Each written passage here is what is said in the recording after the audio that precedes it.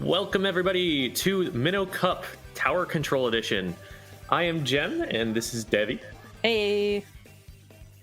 And we're going to see Bamboo Dragons versus Ocean 7 to start things off with round one of Swiss here.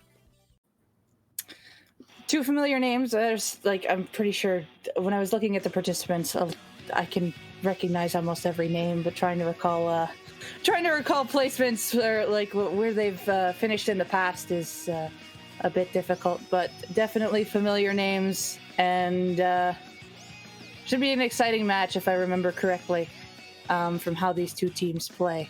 And stages we've got up first for you guys are Humpback, Inkblot, and Muscle Forge. Or are they... Okay. Nope, it's Inkblot. Sorry, because the maps on the screen were wrong. Inkblot, never mind. We're going to Inkblot. Oh, look at that. It's a Hydra. I'm already a fan. Totally not going to be biased or anything. All right, well...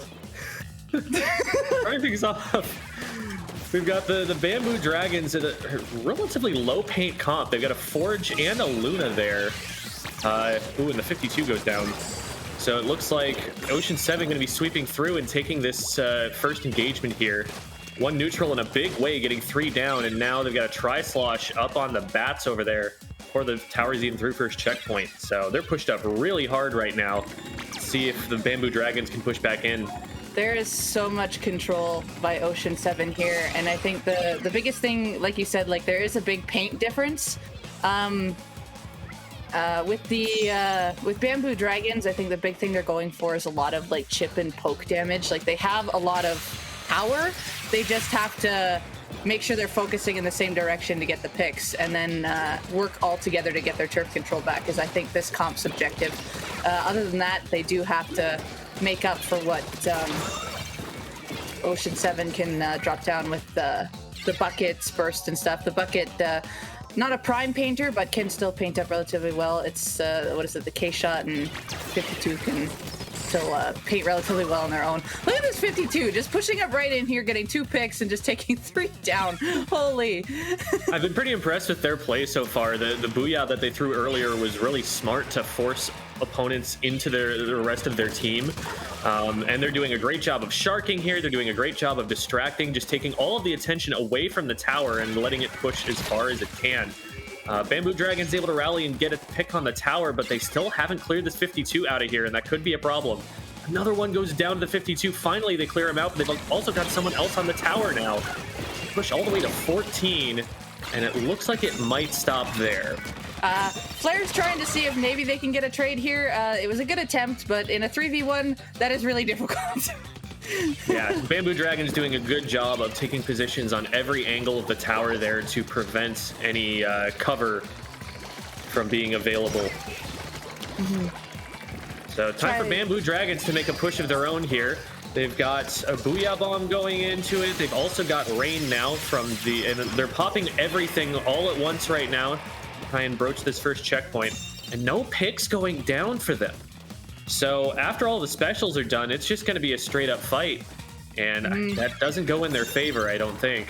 To go down, they also have the armor and the booyah to worry about. As the counter here is, yes, they do get pinched up on top, and tower being booyah'd, just completely countered. I think the specials there before came out a little too early, because it looked like Ocean 7 was still further back from where first checkpoint was, so they had time to kind of hold it before they launched their specials to get it up to the next one. Got the blaster aggressing tower here. That'll stall it out a little bit, but not for long with the Hydra watching. Beautiful direct there from November. No Viember? I don't know. It's enough. Yeah, we'll go with that.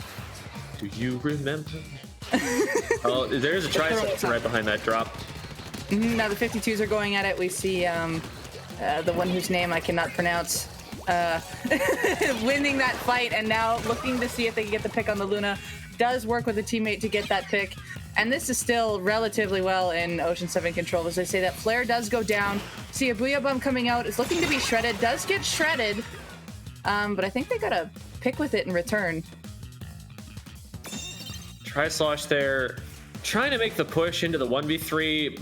I don't know. I might have liked to see them just back up and give jumps or something like that, because now they're going to stagger a little bit. So this is a good opportunity for Bamboo Dragons here. The rain comes out very early and nowhere near any of the opponents. They actually pincer around the rain there and collapse on the tower instead. So that pushes dead in the water. What their plan was is like they came out on their left side there to try to add some pressure forward immediately, but they lost that 2v2 fight, which was very unfortunate because if they would have won it, it would have been set up with that rain. Unfortunately, they lost it, and Ocean 7 took the win on that 2v2. There's a DC. Oh, there is the Luna DC. Luna there, which I believe, at most DC rules anyway, I haven't checked the ones for this event, but I believe that means that the match still has to play out because they were down to 14 at this point. And it was definitely over half the match if it was just recently, because I think I heard the poof not that long ago. And we just saw the Luna get a nice direct right before that, so yeah, this is not looking good for the Bamboo Dragons. Unfortunate there for the DC.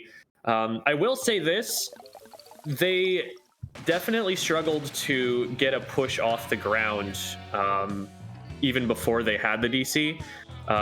It looked like the special coordination was something to talk about. It looked like they were having a lot of trouble when Ocean 7 would go on offense, clearing the 52 out. So I don't think, that should necessarily take away from the win there too much. Definitely feels like that was earned pretty well. But hopefully the rest of the match can go off without a hitch, without a teammate dropping out and poofing there. Sometimes Splatoon netcode just be what Splatoon netcode do. Yeah, no, that map was very much in Ocean 7's control. There was a few times where Bamboo Dragons did 2v1 members that were on certain sides, because as we could see, there was one front line from Ocean 7 on the top, there was one front line on the bottom. Eventually Bamboo Dragons would team up and they would go for the one either on top or bottom first, whichever one they were close to, and then keep going from there. It's just when they were trying to push, I think their pushes were, their specials came out a little too early. Like, they definitely had the opportunity to use their, they had a poke comp, like a more damage comp rather than a paint comp. If they just use their range there, it's still threatening because it does a lot of damage, even if a couple hits, just tap them, because then if someone else is there to follow up with another fall off shot from another weapon, usually they'd get splatted. So that would be enough to control from the first checkpoint there. And then I think with that one push they had, the specials could have came out just afterwards, because it looked like Ocean 7 was still far back enough for them to come through the first checkpoint. But Bamboo Dragons did try to push a couple times, and like I said, on the one time, 2 members went out on the left and you saw that rain. But unfortunately just their plan was stopped, and the 2v2 was lost. But otherwise, they did have an initial setup there, which I did like to see. Something else to talk about with the pushes there is staggering your specials. A lot of teams will start off by going and using all of their specials all at once to start the push off. And what an experienced team will do to that is they will just back up and not get killed by the specials. And then once you have no more specials, then they push back in and defend. And you're not going to keep them off the tower for very long if you've just used all of your specials at once. So the better plan most of the time is to use maybe 2 specials to get a push started, but save the other 2 so that those can go off in the middle of the push. And you can kind of just cycle from one special to another so that there's always something that is keeping the defending team off the tower. And that's kind of how you're able to prolong a push even when your opponents start to get specials as well. So I feel like we definitely saw that in action on the Bamboo Dragons' push. Ocean 7, like I mentioned, did not go down at all when all of those specials got launched. They just kind of backed up, waited 10, 15 ticks. And then once the specials had gone away, they knew where they were. They knew, that there was no extra firepower. They just moved in and they were able to take the tower back pretty easily. So I think that's something that I would like to see as an adjustment for the Bamboo Dragons if they want to be being a little bit more competitive in game 2 or 3 here. Another big thing is what is it? There's a lot of frontline pressure that Ocean 7 is throwing in their faces. They were, like I said, there was a few times where they would come out and finally team up and 2v1 one of the front lines. If they can catch that like early with a path that they come in, that'd be great, because there was a lot of times, what is it? I think I saw it twice at least on the Ocean 7's Tri-Slosher. After when Ocean 7's push was finished, the Tri-Slosher would come in immediately from the left. And this is something that is usually a nice thing to do, because the tower has to come back and it goes through the left side. So the Tri immediately went left. They did this twice to try to stall tower and get a pick, and they did it alone. They got picked off the first time, which we did see on camera. They got themselves caught in a 3v1, didn't get any picks. And it ended up still being okay for Ocean 7, because the other three still kind of held control and kept the paint up where Bamboo Dragons was falling behind on. But just keep an eye on where they're coming around from the side, because they might just sneakily pick you off, even if they get a trade. Double Booyah comp coming out from that is Bamboo Dragons. So they're really trying hard to shut down tower pushes early. There's a flank on the right-hand side for Ocean 7. Looking at how that goes down here. They are set up on the enemy wing, and they're pushing everyone back to the left. 3 down, beautifully played from Ocean 7. They get the flank set up. A perfect 0 for 4 wipe for Ocean 7 on that play. The neutral game was played really, really well there.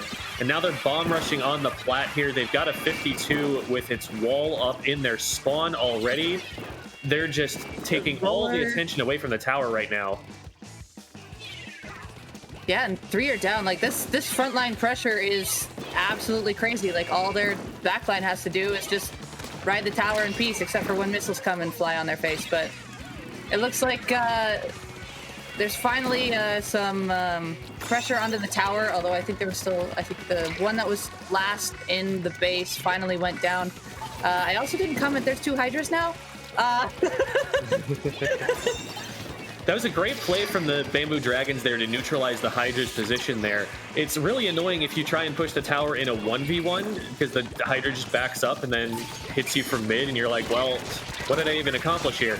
But the teammate goes and flanks the Hydra, and that was really what made that play work. The roller just stopping the push dead in its tracks there. And the Tri-Slosher here putting a lot of pressure over this wall, over this pillow. The shots do not come through. Tri-Slosher is able to win that one as well. So right back to control for Ocean 7. See what they can get going here. Biggest thing there is, I think, Bamboo Dragons, they tried to take their push a little too early there. They had 2 members by the tower. They had their back line and 1 other on the tower, but they had no path control, because the roller and the Tri were immediately there. And they did get 1 pick, but with the roller still there, that's really hard for the Hydra to defend on that low angle. And I think I follow. Do you want to explain really quickly what you mean by path control? Oh, like, of course we all see the, like, where the tower goes from the highlighted path, right? Mm-hmm.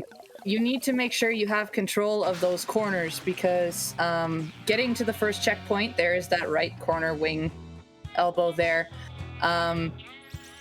That you really want to make sure you have paint up, because a lot of front lines will shark there as it goes around the corner.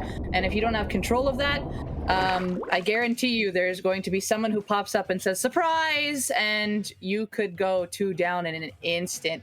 And that was really close to the case. But they did manage to get picked back and forth. But the push was immediately just stopped, because the control wasn't there and they didn't have the right side in their control for the tower to actually get to checkpoint safely to initiate a push. Yeah, I think I like that term a lot, the path control, because I think that illustrates something that FLC talks about a lot, which is, you know, controlling the zone that's important for the objective. Like, you need to have control in front of where the tower has to push if the tower is going to push there. And that becomes the most important spot on the map. And I think one of the things that I really like about tower control, and so one of the reasons that I'm really excited for this this tournament in general, because that's all we got here, is that tower control really makes almost everywhere on the map important at some point in the match, because the objective is moving like that. But because it's moving slowly enough, you can really set up, if you're looking at that tower path and anticipating where it's going to be in the next 10, 20 ticks, and trying to get control of those particular areas. That's something that Booyah Bombs are particularly good at doing, which is why we're seeing a lot of Booyah Bomb comps here. Double Booyah on both sides here. We also see 2 new weapons. We see a Cunder and a Blob coming out from Bamboo Dragons, and this is going to be Torpedo and Blob Poke. If those two can meet each other, Blob can be really pretty well with controlling the bridge here and in the street if they can get geometry in their favor. Yeah, this is a really interesting change in the team comp. I'm wondering if this is something that they've planned for this comp, or if they're just saying, okay, well, what we've been trying to do isn't working, let's try something different then. It's definitely a map where a Bloblobber is really annoying to deal with because it can take control of bridge so well. So maybe that's part of their goal here. Cunder is also, really great for a poke comp. It's an armor farm weapon, so it'll give them a little bit more of an edge in fights, which is something that they've sorely needed so far. Let's see if they can stop this second checkpoint here. This is pretty crucial. You get through second checkpoint, and it's a lot of points that you're going to be able to get just from that alone. And it looks like someone snuck on the tower. Okay, good stop from Mishino here. Sorry if I'm pronouncing that wrong. See if they're going to be able to get this tower pushed all the way back. We have a Shark Ichigo with that K-52 getting in there, being annoying, gets a pick and gets out, it looks like, for the time being. They pop a wall, and they're not able to get inside it in time because their feet are painted. Unfortunate. It was a good idea, but that was unfortunate. But we still see Bamboo Dragons are still really struggling against Ocean 7's front line. This Roller and Try both have the fall off ink combo, and they seem to be working together really well as far as I've seen with their kit combos. That's a nice trade there. Just the chickens just to kind of seal the area, so if they die, the other will as well. Blob getting a little bit carried away there. That Tri-Slosher just pressing ZR and being rewarded for it. Yep. There it is. Mm-hmm. The Try took a lot of the height advantage fights, and it didn't look like that was respected, because if the Try is any little bit higher than you, which I saw in they were coming forward and they got a double earlier in the match. The Try, you could see if you look at it and kind of pause the frame there, the Try would have been a bit higher up than the other two. I think it was fighting a Blob and another shooter. They did not have the kit to stop the fall off from coming down upon them, so the Try was just easily able to walk in and kind of get a double there. It just respecting the ledges and the height advantage too, especially against that Try. If you want to beat it, you have to make sure you're not underneath, but at level or above it. Yeah, Tri-Slosh and K-52, both really, really strong weapons at abusing superior positioning. They splat very quickly and are really good at taking advantage of those situations. They're not even all that short range, really. The Tri-Slosh, even if it's out of range, can hit you with a burst bomb, but in range, it's about equal to a splatter shot. I think a lot of people underestimate the range that weapon has. And then the K-52, of course, the absolute monster that it is in the metagame right now, with not only, a very quick two-shot with pretty decent range, but also a wall so that if it gets into any trouble, it can stall out until help arrives. So playing that really, really annoying front line to a T there was Ocean 7. And that earned them a 3-0 win over the Bamboo Dragons in round 1 of Swiss. Mm-hmm. They had a lot of frontline pressure that Bamboo Dragons were struggling with, and I think Bamboo Dragons, just the biggest thing is just kind of like staying grouped together and having a little bit more patience there. Like, we did see a couple of members of Bamboo Dragons kind of just kind of going in and not realizing what was actually there in front of them. So just being a little more patient there, staying back. Like we saw their pro, when they were kind of up in the corner, just using their range, defending the tower. That was a really good job by the pro there. And then just making sure like paint is still semi in your favor around there, because the 52 was sharking below them, waiting for them to move. So it was still a good job using the range and all that stuff. It's just using that throughout the match, and then you're able to stop the front line from coming more towards you by using your range to keep them away, kite back. I don't want to armchair psychologize too much here, but one thing I might look at as the Bamboo Dragons is the regaining control after you've stopped a push. Because it felt like a lot of the time there, they were, on defense, they had some pretty good plays. There were some times where they would say, okay, there's only one guy left, just collapse on him there, we got him, good. Yep. But then an important step after that is moving back into mid. I think a lot of teams, when they've been pressured a lot, when a push is going on for a really long time, and they're like, oh man, they got the 14 shoot. A lot of teams will rush their next push, thinking like, okay, this is our chance to get a push in. We gotta go. And I think they'd have a lot more success if they were spending a little bit more time in mid, painting up, getting control, making sure that they know where the flank routes are, checking their map an awful lot, and just making sure that the next fight is as advantageous for them as possible. Because realistically speaking, they're going to need to win, 2 or 3 fights at this point to be able to push into the enemy base. So, there's no rush. You've got to get control first. You've got to get those specials first. Take advantage of the fact that you have numbers to get paint control and to get special advantage, instead of trying to rush in and win 1v1s with the front line. Because if you do try and rush in and win those 1v1s and you don't win them, now you have less control of mid, and the enemy team is able to get back into your base faster. So I think that a little bit more patience after they've played defense successfully can lead into some stronger offense when they do actually kind of get a foothold in the game. That might be something that helps them out a little bit.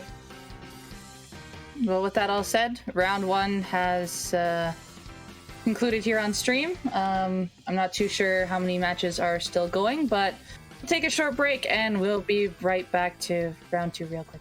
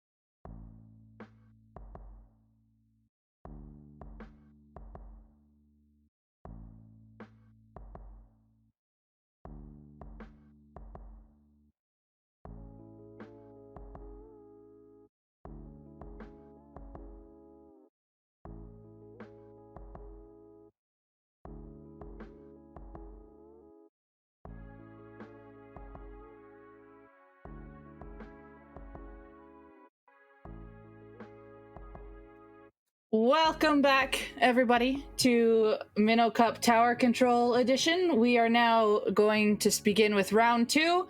We've got what I believe are 2 pickup teams. We have Crouching Tiger, Hidden Ante versus Meow No Cuppers.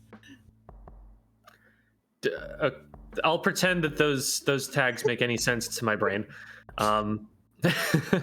So you said that these are pickups. Do you recognize any of the players? Yeah, on Meow No Cuppers for sure. We've got Sneck, who I believe is a try. We've got Gem with a J, who I believe is Tent player. Secant.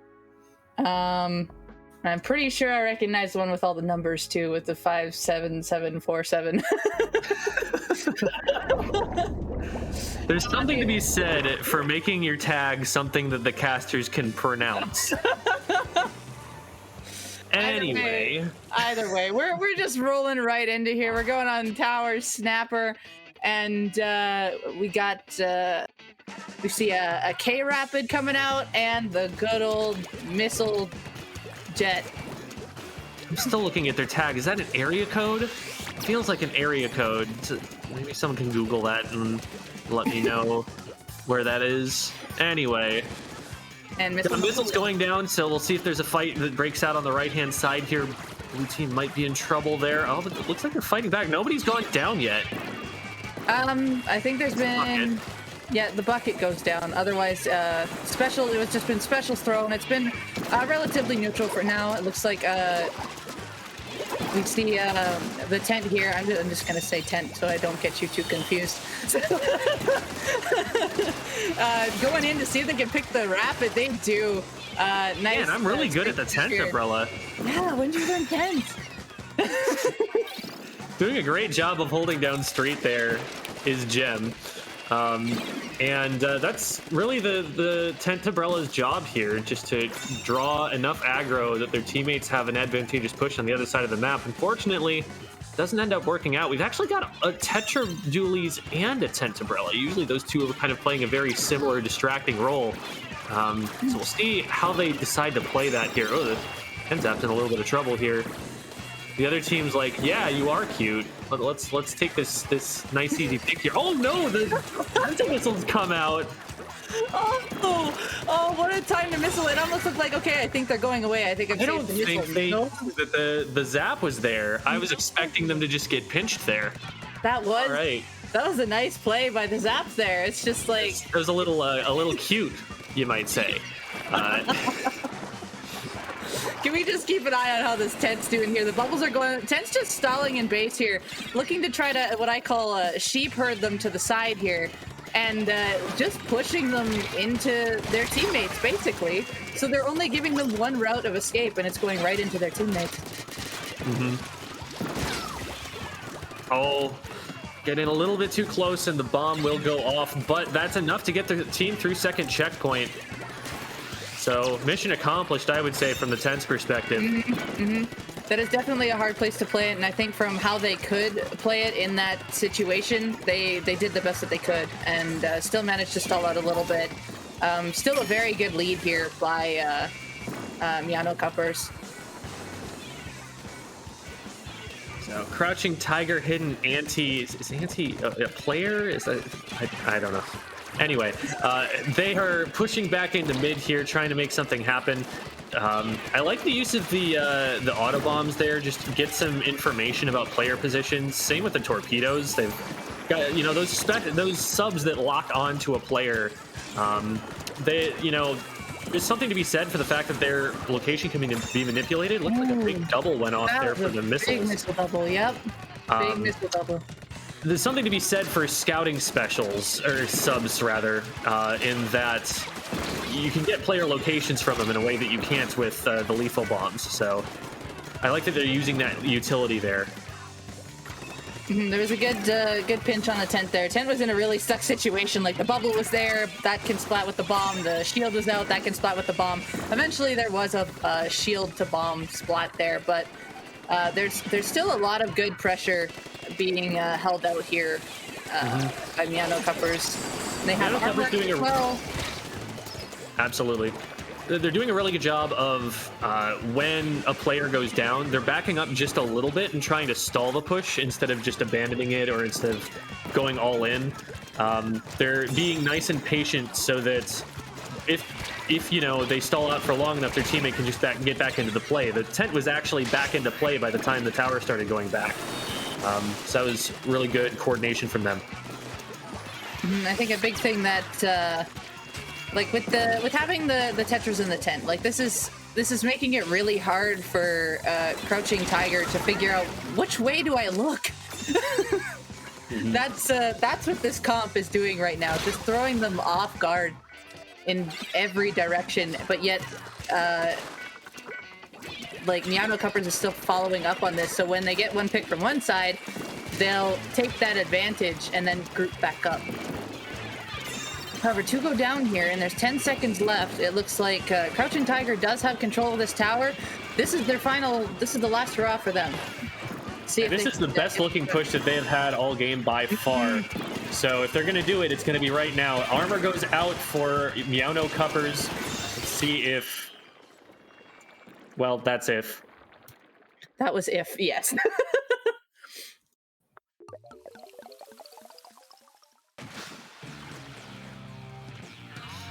I missed if it was what got the tower at the end there.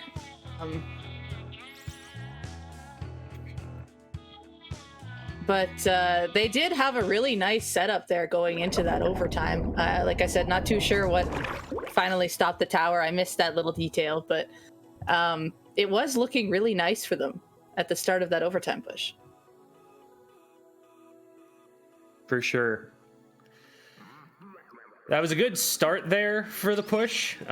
Clearly, you know, something broke pretty quickly on defending the tower there. They did have to get through a checkpoint in order to be able to contest the lead that the other team had. So it's not a great situation. You know, you never draw it up wanting to be behind when you go into overtime like that. There's just too many specials, too many random, you know, pinchers and surprise attacks that can happen that can just take you off the tower before you even know it's hitting you. So obviously, you know, you want to set up that kind of good situation for a push earlier in the match and try to get more out of it and, you know, maybe sustain a push for longer. But that you know, signs of life there, and maybe they're waking up. Maybe they're going to come back a little bit stronger on this next map here. Going to be Manta Maria for the next one. If similar comp comes out from Minnow Cuppers again, this is going to be a if Minnow Cuppers pulls out the same comp, it's going to be really hard to figure out where this focus is going to be. Oh, this blob is coming out, and okay, there's the tent clash, and whoa. That's not a lot of paint coming out from Minnow Cuppers. They're really relying heavily on the junior here to paint for the rest of the team. We'll see how that goes for them. This is, I would say, one of the modes in the game where you can get away with a little bit less paint.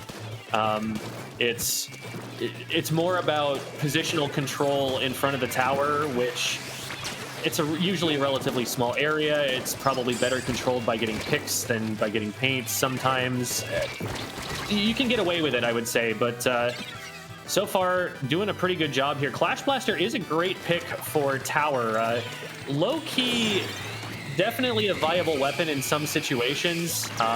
It has a pretty decent range. It has the, you know, blaster AoE damage that's great for hitting up over ledges like the tower, or like the ledges the defenders will want to defend the tower from.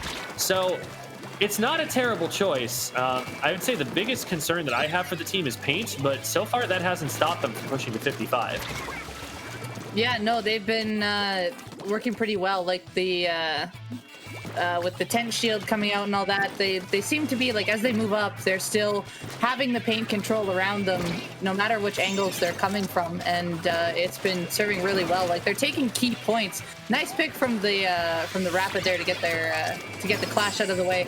Now they're in a pretty good position to keep this tent out of play as well, while hopefully their teammates can handle what's left on their left side there, on that left wing. Ooh, playing a dangerous game there. Actually does manage to get the trade, so Crouching Tiger going to be able to push for a little bit longer here. The Ray comes out. We'll see if they can stall the Ray out and keep someone on tower long enough to get through this checkpoint here. That Ray bought Green Team a lot of time here. It did. Nice for the checkpoint, and they get a pick over the left-hand side. That's huge. That gives them control, potentially elbow in a second. Oh, but the Tower Rider goes down, so they're going to need to devote one of those players to it. They get the lead. But might not get much more here. If they get the checkpoint here, that's going to be huge. It will be. The Clash was in a nice play there. I didn't see if they go down at all, but Clash was in a nice place up above and behind the tower just to try to keep them away. It couldn't keep them off long enough for them to get lead, but it still can be overtaken if Minnow Cuppers can get control here. And like, look at, they've already taken back a lot of map control with the comp that they have, but the blob is contesting the one side right now. Missiles are coming out, so it's been very back and forth with turf control on this left side right now. Bubble's coming out as well, seeing if the tent can survive. I think there's going to be currently a 1v1. It's seen. It looks like the blaster's just up above here, but it is recognized and I think moved out of the way. Nope, it is still up in this top corner here. So Gem doing a great job of drawing aggro there so that the team had time to win a neutral fight. Is getting a little hairy in there. There were definitely some opportunities, I think, that Crouching Tiger had to take 1 point out there. They're going to get that 1 point. They got it. Bubble There on we go. tower. They've got a Clash above, making it really difficult to push into street. So this is a great push for Minnow Cuppers here. I think the tent did a really good job keeping the blaster away from tower because that looked like it was the biggest threat for when tower is pushing in that direction. So keeping that blaster off worked really well, and at the same time still got their special again and was just able to come in and get that last little bit, even with the teammates being down, because they had the protection. Minnow Cuppers uses armor, doesn't get any picks with the armor, and then the armor comes out for the other team. Let's see if that ends up having an impact here. The 1-for-1, a 2-for-1 now. Ooh. Crouching Tiger able to get the advantage here. There is a splashdown, but that's the only special on the board for Green Team, and they've found the tent sharking. See if they're able to deal with that here. It is a 3v1 situation, but if there's any weapon that can do it, it's a tent. The tent cannot do it. 2-for-2 trade here. So the tent is able to draw enough aggro that the rest of the team is able to get back in there. No checkpoints in between them. Well, okay, there's the checkpoint that they need to get through to take the lead here. But no first checkpoint that they have to deal with, so they're going to be sailing straight into the enemy street once they get on it. Haven't gotten on it, though. I think there is one by the tower contesting. There's two on this top left. Ooh, that's a hard 2v1 to fight. Now the top left has contest. I don't know if the blob's in a lot of trouble here, and they're just by tower, just ready to stop it. I think at that one point in time where, what is it? when the tent stalled on the left side there, the biggest thing is the tent did actually do their job there. I think that you said that they didn't get what they wanted there. It's just like, it might not have been what they wanted, but they did, in fact, as you said, they did draw all of the aggro. So it was a 3v1 on the tent, and they had 3 people looking at the tent and no one else looked forward for the tower. Meanwhile, the Tetris was just able to come in and splash down, which really helped them out there. So the tent definitely did the distracting job, taking all of those shots, and just from the advantage that Crouching Tiger once had is no more because no one else looked forward. They all looked to the side at the tent. Mm-hmm. I remember a while ago, I forget if it was Soren, the old European player, but I remember a pro player saying that the way that you beat a tent is by not looking at the tent, by focusing on what they're trying to distract you from instead. And if you're able to do that, obviously there's an art to that because the tent is shooting at you. But if you're able to do that, it is relatively slow moving. There's only so much impact that can have on the match. It's very much there to enable its teammates. And there is a Tetradulies on the other team, which is very much enjoying the enabling, it would appear. So that's something that they're going to have to watch out for on Crouching Tiger. They want to draw this to a 2-1 instead of a 3-0 here. Wahoo World is going to be the call. This is a heck of a tower map. I've seen matches stall out without ever getting through first checkpoint here because the neutral game early on is just so brutal for the pushing team. So we'll see how these teams are able to break the stall. I have a feeling that the tent is going to be coming back here. I don't see it leaving. It's doing too much work right now. Let's see how they play it. I think the comp's probably going to be relatively the same unless if they add a little more range to it. See double zap coming out. Okay, no tent, but it is still Umbrella. It is the Sorel Umbrella. Maybe going for the bomb rush to clear court. That's something I could see. Versus the double zap try rapid comp.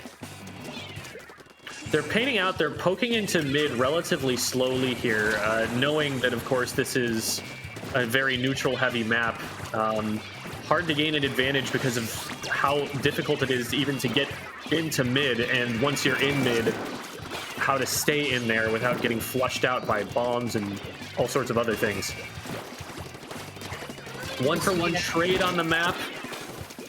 It's a nice follow-up from your cute there. I was trying to go in, just couldn't make it quite on time to save their teammate, but did get follow-up in return. So just trading 1-for-1 for the most part throughout neutral here. Neither team gaining enough of an advantage to start a push. Seeking on the shark here. Let's see if they can get an opportunity, or alternatively, if their team gets collapsed on before they can do anything about it. Oh, yeah, it looks like they got there just a little bit too late. They do get a pick, so that might start things here, but they get traded back right away.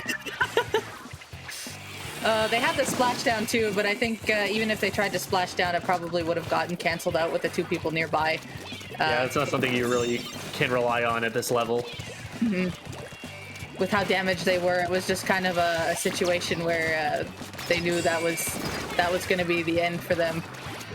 That was a nice take on the one that I don't know if it was their purpose to fall forward into the three teammates of Minnow Cuppers, but they were right there and said, "We're going to punish this."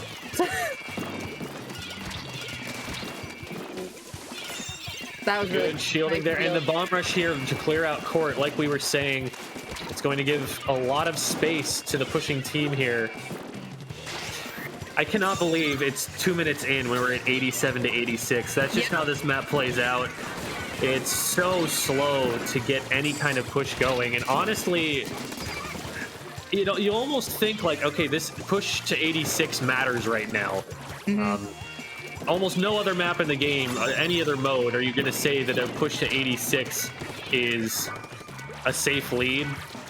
But like, they might just hold it. And they're actually increasing it. They're getting the first checkpoint here.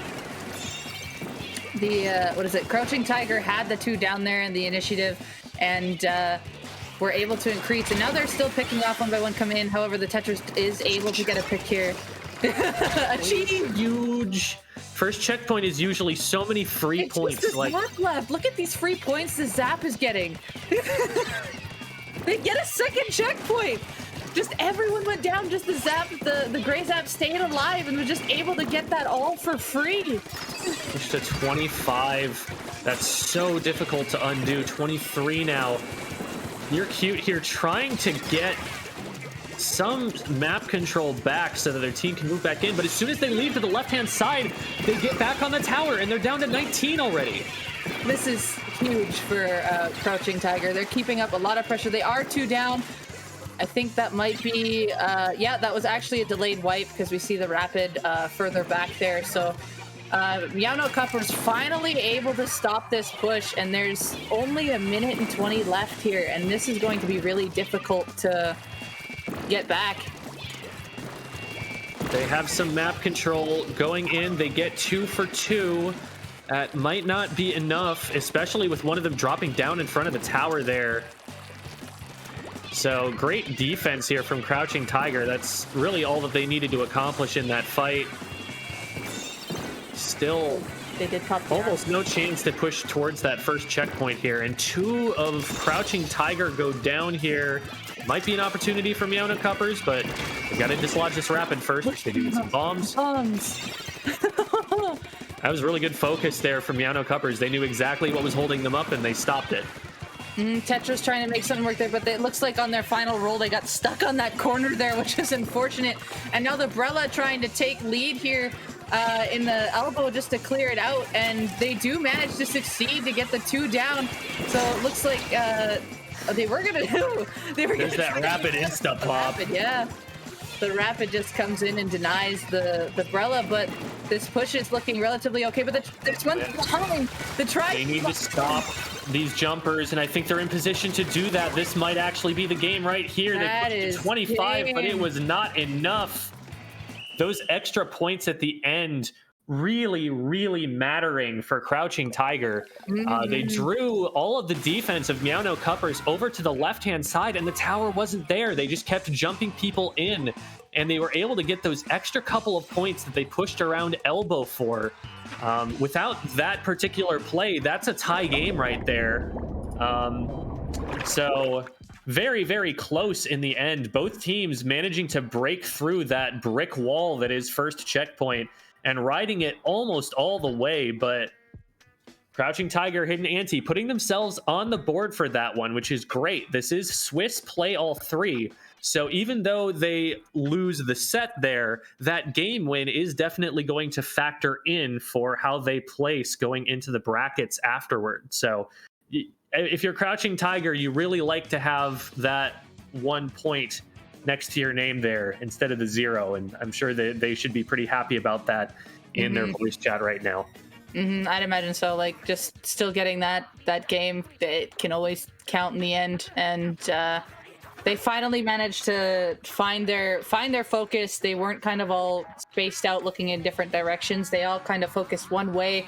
There was a huge team fight in the middle there that was massive. I can't even recall what all happened, but like I said, all I remember and seeing was the Gray Zap being the only one left alive. So they were able to take all those points for free. And then that is when the consistent jumps were able to come in, and that winning push came into play from Crouching Tiger. So that was a huge team fight. That's one that you'll definitely want to, slow down, break down, figure out how did it go well, how did it go poorly, what could we do better? Because those big fights, they do win games, as we just saw. They definitely do. And with round 2 ending, I do have to take off a little early here. Jem, you will still be here for round 3. I'm going to be replaced with Reef. I've got another tournament to go be on mic for. Devi's popular. I don't know about that. I'll be heading over to High Ink because that is happening today as well. But yeah, lots of action here in Minnow Cup, so definitely support them both. Great organizations. So absolutely. Well, thank you, Devi, and looks like we will be going to a short break while we wait for our round 3 here. See you soon.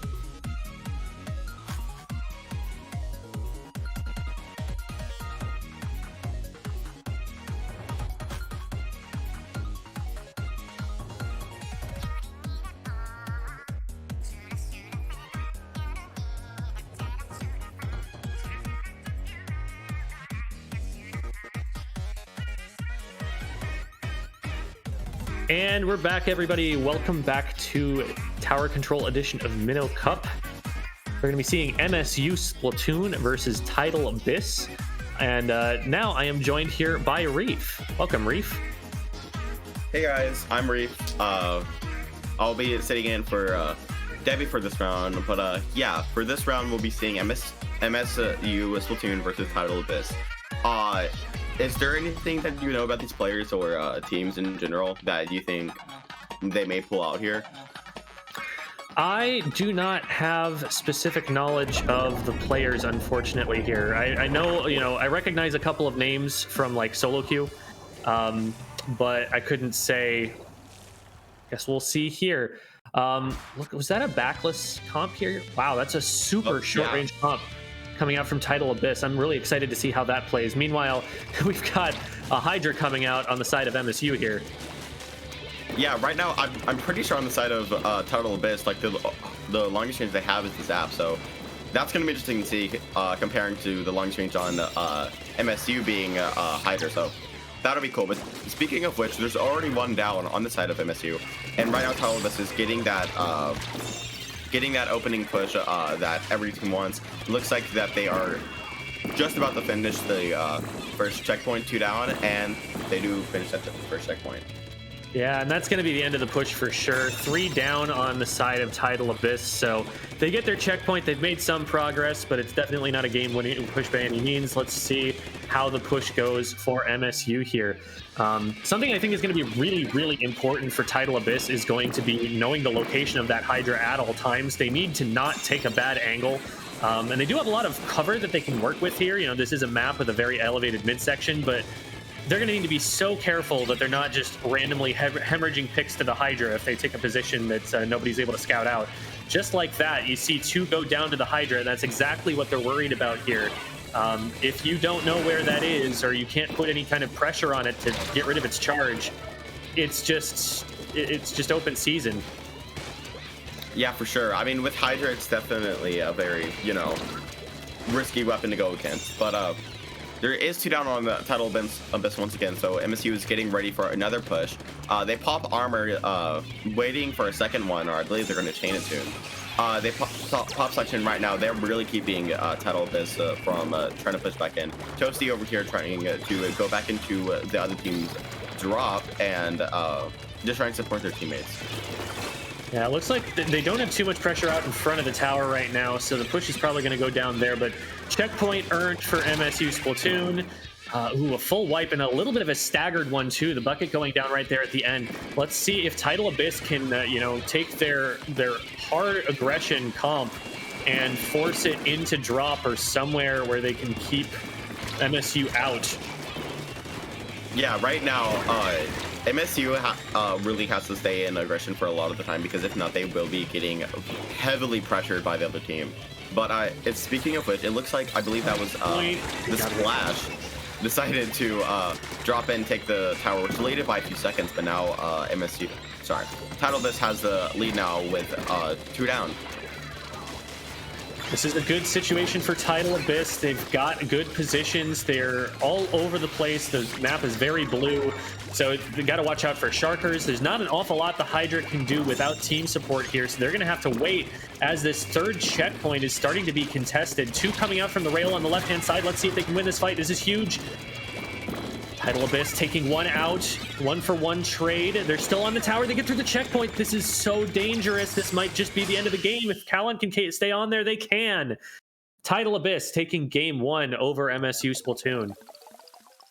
That was a really big push that they got in at the end there, and like how we were saying before, you do not want Tidal Abyss to be in that kind of position, because if they are, they will be putting a whole lot of pressure onto your team, and on a map like a Piranha Pit, where it's really easy to get pressured and locked out, it's not that well to go against. So yeah, Tidal Abyss takes the first game against MSU. Tidal Abyss doing a good job at the end there, playing the angles.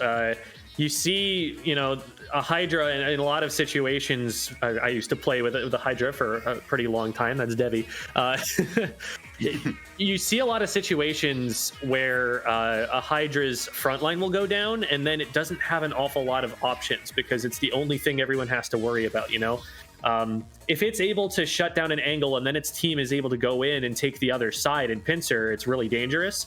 But you put it in a situation where it just can't shoot you because you're over a ledge or something, and now you've kind of neutralized that heavy firepower that it has. Hydra's very dependent on the rest of the team being able to follow up with it, being able to be in range where it can help them.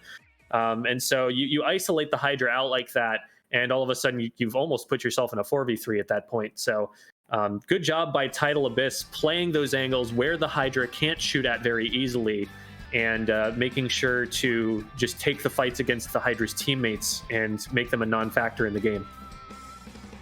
Yeah, the Hydra is a big point, and if with anyone's comp, if there's a backline, especially like a hard backline, like if there's a Hydra, like how we saw in that game, or there's a 4K, or something like that where they can reach very long, and depending on the player, if they can like make some very important picks, then that has to be a very good vocal point to be like, we need to take that person out first or second or something. Like that has to be like very high on your checklist, because if not, they can easily just like take off, especially on tower control, like a weapon like 4K can easily just end the push right there. But yeah, we are moving on to Makabar right now.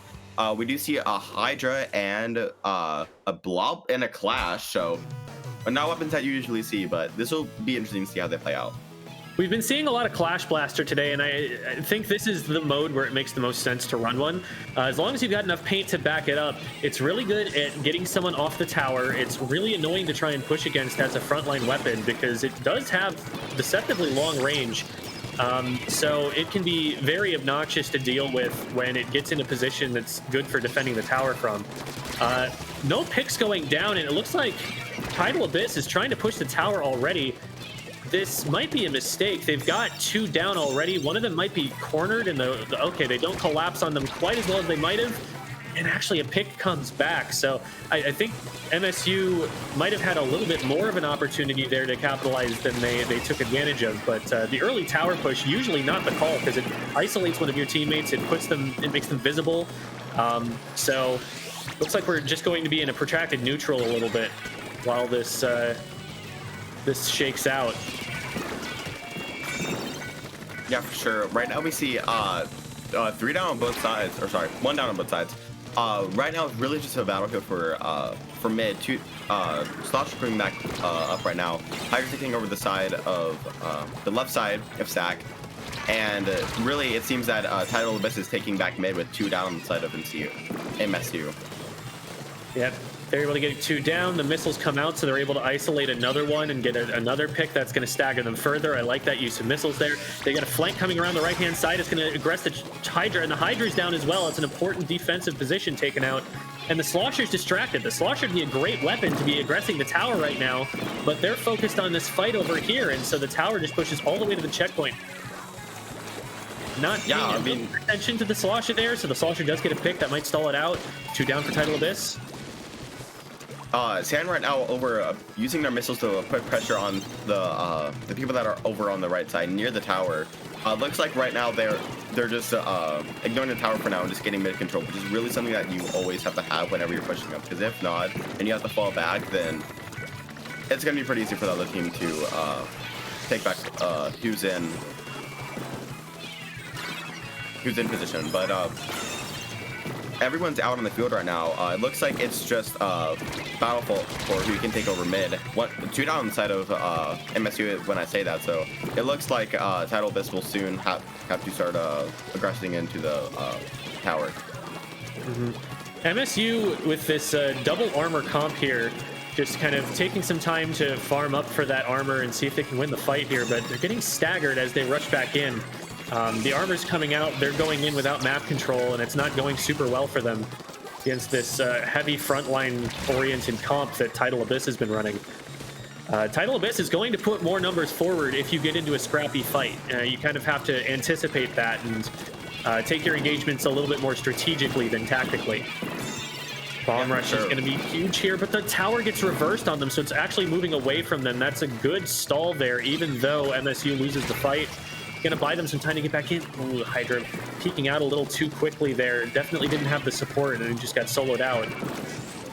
Toasty right now over on their bunker, over on their side of the bunker, just trying to get paint down and getting their armor ready, and they do. I believe that the junior counter armor there, so it was a good armor, but the team countered it with their own armor.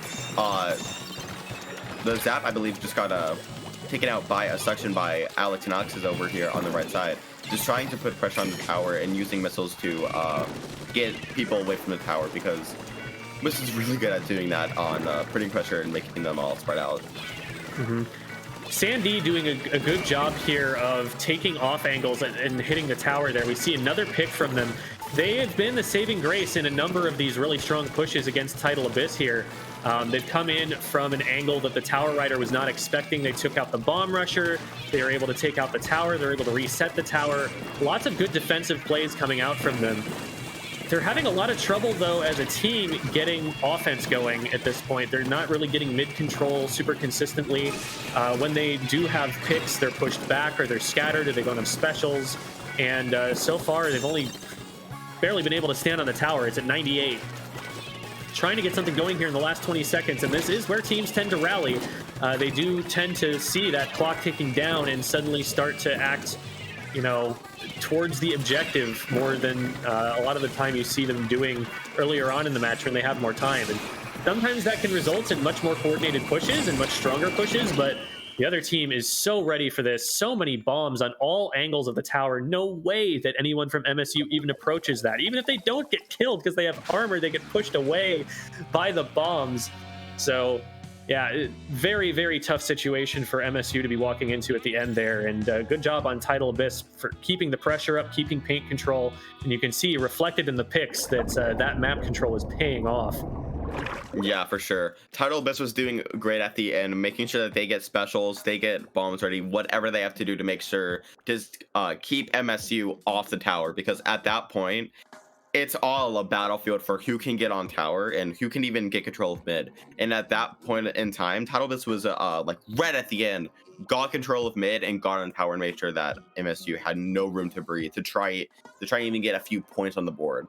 But yeah, we are moving on to game 3 now. On Anchovy, obviously tower control. That's the mode for this month. It's important for Tidal Abyss to not let their guard down, because this is Swiss, this is play all 3. And it's good for MSU to not be like, okay, that's it, who cares? Because later on, this could really affect your placement on, like, later in the early stages of Swiss, or just any stage of Swiss. It's really important that you don't keep your card down in case you can go 1-2, or in, you know, for Tidal Abyss, they can go 2-1, and you want to go 3-0 for placement reasons. So I'm really curious to see how they approach Anchovy here. This is a map with some significant high ground right next to the tower path for almost the entire way forward. And so you really need some kind of specials or weapons that are capable of dealing with an opponent that is on a ledge above you. So this is where, you know, that Slosher might be able to get some picks over the top. We might see things like ink jets. We might just see people missile spamming that top left area as you're trying to push. It's really a matter of, can you clear out that defensive stronghold and keep the tower on its path? So this might, you know, lead to a change in some team comps. It might lead to some new strategies we haven't seen before. I'm curious to see how these teams approach it. I think that MSU will probably go something that has like a ray or something, because of the fact that, you know, it's a really good ray map if you position it right, and they will be sticking to Sea Hydra, but seems though Tidal Abyss will be going things out, so pick that I'm seeing a bit more often. But yeah, it would be interesting to see how both teams do with these. Meanwhile, a heavy midline comp coming out from Tidal Abyss. This is, again, like I was saying, you could see some unique play styles here, and they ran their all frontline comp, where the longest ranged weapon was an N-Zap. Now they're running a Flingza and a 52 and a K-Pro. Not, any anchors there, but this gives them significantly more range for one-on-one fights, and it's a really, really powerful comp right now in, in the North American meta. We've got some missiles going off from Sandy here, again on a great flank route that nobody saw coming. Force a jump. Nobody's up there with Sandy, though. I would really like to see some more support for Sandy in fights. Like, if they can get maybe the Neo Splash up there fighting with them, I think that would be huge for them, because Sandy has definitely been taking some confusing angles, some knowing where the opponents don't expect them to be and being there. And if you have someone knocking on the front door while that's happening, that only empowers them. Looks like a 2-for-1 there. MSU going 2 down. So Tidal Abyss going to be taking some advanced positions, but they are getting aggressed right now by Sandy. So that'll hold them back from getting on tower or anything. Whitefish right now. Whitefish right now retreating back, going back on tower to get some points on the board. Nick going for that flank with the splash. It looks like the KL is actually pretty even fight right now. They're both damaged pretty well. It looks like Nick will get pinched by the Flingza and the KL. KL uses their bomb to try and put pressure on the people that were putting pressure on the tower, but it looks like that's telling they were not able to get that bomb in time. This is a really strong defensive formation from MSU on the plat here. Might be hard for them to break. Great fall off shots from Nick there. Oh, but the flank comes in from the fan. Does Nick have this? No. So great flank there from Tidal Abyss, moving like water. One side of the formation gets pushed. They attack from the other side. Great pincer move there. Booyah to the top. Yeah, that was a really good booyah to try and get rid of that Hydra, because that Hydra right now is going to be really annoying for them to take everyone out, because it has good range. It's good at taking out multiple people at once. So it's really important to try and get that Hydra out of that area, or even take out the Hydra. Yeah, and also important because they have 2 Booyah Bombs, and Hydra is one of the best Booyah Bomb shredding weapons. Just so much DPS out of that, and you can see stopped the second Booyah from coming down and taking the Hydra out of position. So with a double Booyah comp, that is something they have to worry about. They have to put some kind of pressure on that Hydra, and the Booyah Bomb might not be the way to do it. It looks like right now it's a 3v3. It looks like MSU is finally trying to get some points on Tidal Abyss. It looks like they use missiles right on the tower, moving a Chef off the tower. It looks like Kalon is right now just trying to pressure people with their long range with the Flingza. And it looks like MSU is really going all out with all of their specials. Yeah, that was a strong look for MSU there, but they might not have the manpower at this point to be able to push far enough. They're losing the tower here. They might be able to stall out. If Nick doesn't get pushed off the plat here, he actually gets a pick. That's huge. They have control of plat now. They have specials. They could push this to lead. Nick using their suction launcher and throwing it over where all of the teammates are. That's a really good way to get everyone scattered away from the tower. It looks like Kalon's trying to go for the flank right now, taking out 1 or 2 people. Nick on the tower trying to get lead. There's 1 point, and sadly he was not able to. Nick doing such a great job of being a frontline rat in their base, being so difficult to root out, but not able to stand on the tower. I wanted them to almost suicide for the lead there. I feel like that would have been critical for them to do.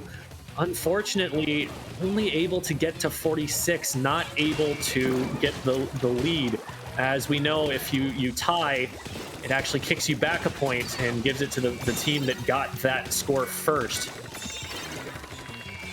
It looks like Sandy right now was able to get a pick or two from the other side, which is initiating another push, but it looks like they're letting the tower go first. Tosi going right fan to try and put pressure on their plat. Right now, they really need to get up onto their plat to get some more picks, because they need their picks to try and accelerate it. Looks like they're going to use bomb and throw it at the tower or something to try and get people off the tower and get on tower while they can. And they do, making Title Biz go 3-0 against MSU in the set.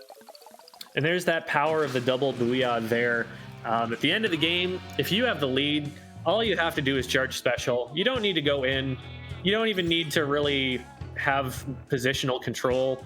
You just put a booyah on the tower and run one person up to the tower through the booyah where they can't be seen. There's really not a lot that the other team can even do about that. It just clears the tower for long enough that you're always going to be able to get someone up there. And having two of them, well, that's GG twice. 4G. We've got cell reception here. I don't know. GG squared. There you go. So well played from Tidal Abyss. Fantastic, set of really synergistic comps. They're building so that they can always fight together no matter who they're paired with, which is really cool and fun to see. And good games to MSU. Very, very close, especially on that last game there. Definitely no slouches. They knew what they were doing. But Tidal Abyss going to get all of those points under their name, and they're going to be sitting pretty going into the next Swiss round, knowing that they've improved their score significantly through that match. For sure. Going 3-0 is definitely always something good, and to have, it's really good. It can help you on later, but MSU definitely put on a good fight, especially in that last game. That was a really good will. That was well-done performance from both sides. Mm-hmm. Yeah, definitely some standout individual performances from Nick, getting all of those picks on the plat to enable the team to get that close. Great play from Sandy, like we were saying, getting those nice off angles. And of course, holding it down on the Hydra. So much good defense coming out from them there, taking full advantage of all of that height, canceling booyahs, things like that. So definitely a fun one to watch there. But sure. That will do it for Swiss round number 3 here for us. And that means that we are going to be rotating off. So appreciate having you here, Reef. And thank you for all of the folks at Deep Sea Solutions for putting this event on. It's a huge asset, I would say, to the Splatoon scene. Really appreciates everything that they're doing for these teams. It's a great showcase of everything that we can be. I mean, just look at this beautiful underwater. Hey, Reef, look, it's you. You're on screen. Hey, oh my god, I'm on screen, guys. Guys, look, it's me. I'm there. But yeah, that will be it from us. We will be switching off to some other commentators for Swiss round 4. But yeah, it was great commentating with you, Jim, and yeah, we'll see you guys soon. See y'all next time.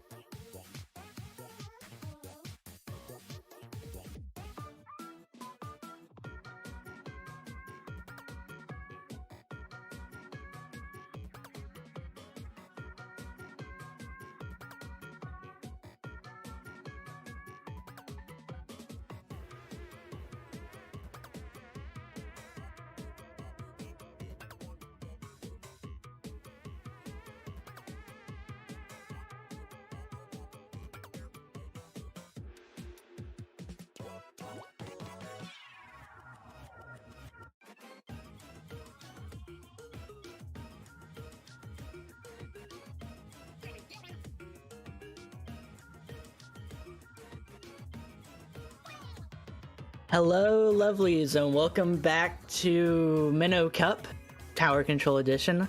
I am Seekit, joined by Nox Raven 42. Hi. This we have Squid Killers versus Otakos, and it is going. In the first game is going to be on Sturgeon Shipyard. Yeah, Sturgeon Shipyard Tower Control. So, Nox, you a fan of Tower Control on this map? Yes, no? Why not? Why not? It's not my personal favorite map for it, but that's really because I find Junior really, really rough on it. I think that you're kind of stuck playing Zap because of the defensive positions on this map. Absolutely. It's a pretty vertical map. You got the spinner, and then, like, from spawn going into the place where the sponge is just a lot of verticality. Chargers can have a field day here.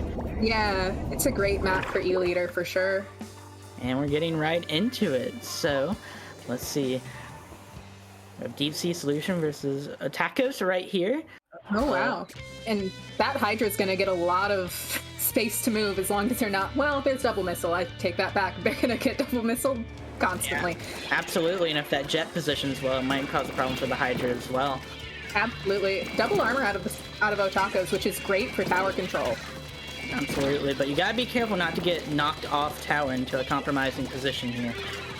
Very true. At least in this map, if you get knocked off tower, you don't get immediately killed by water.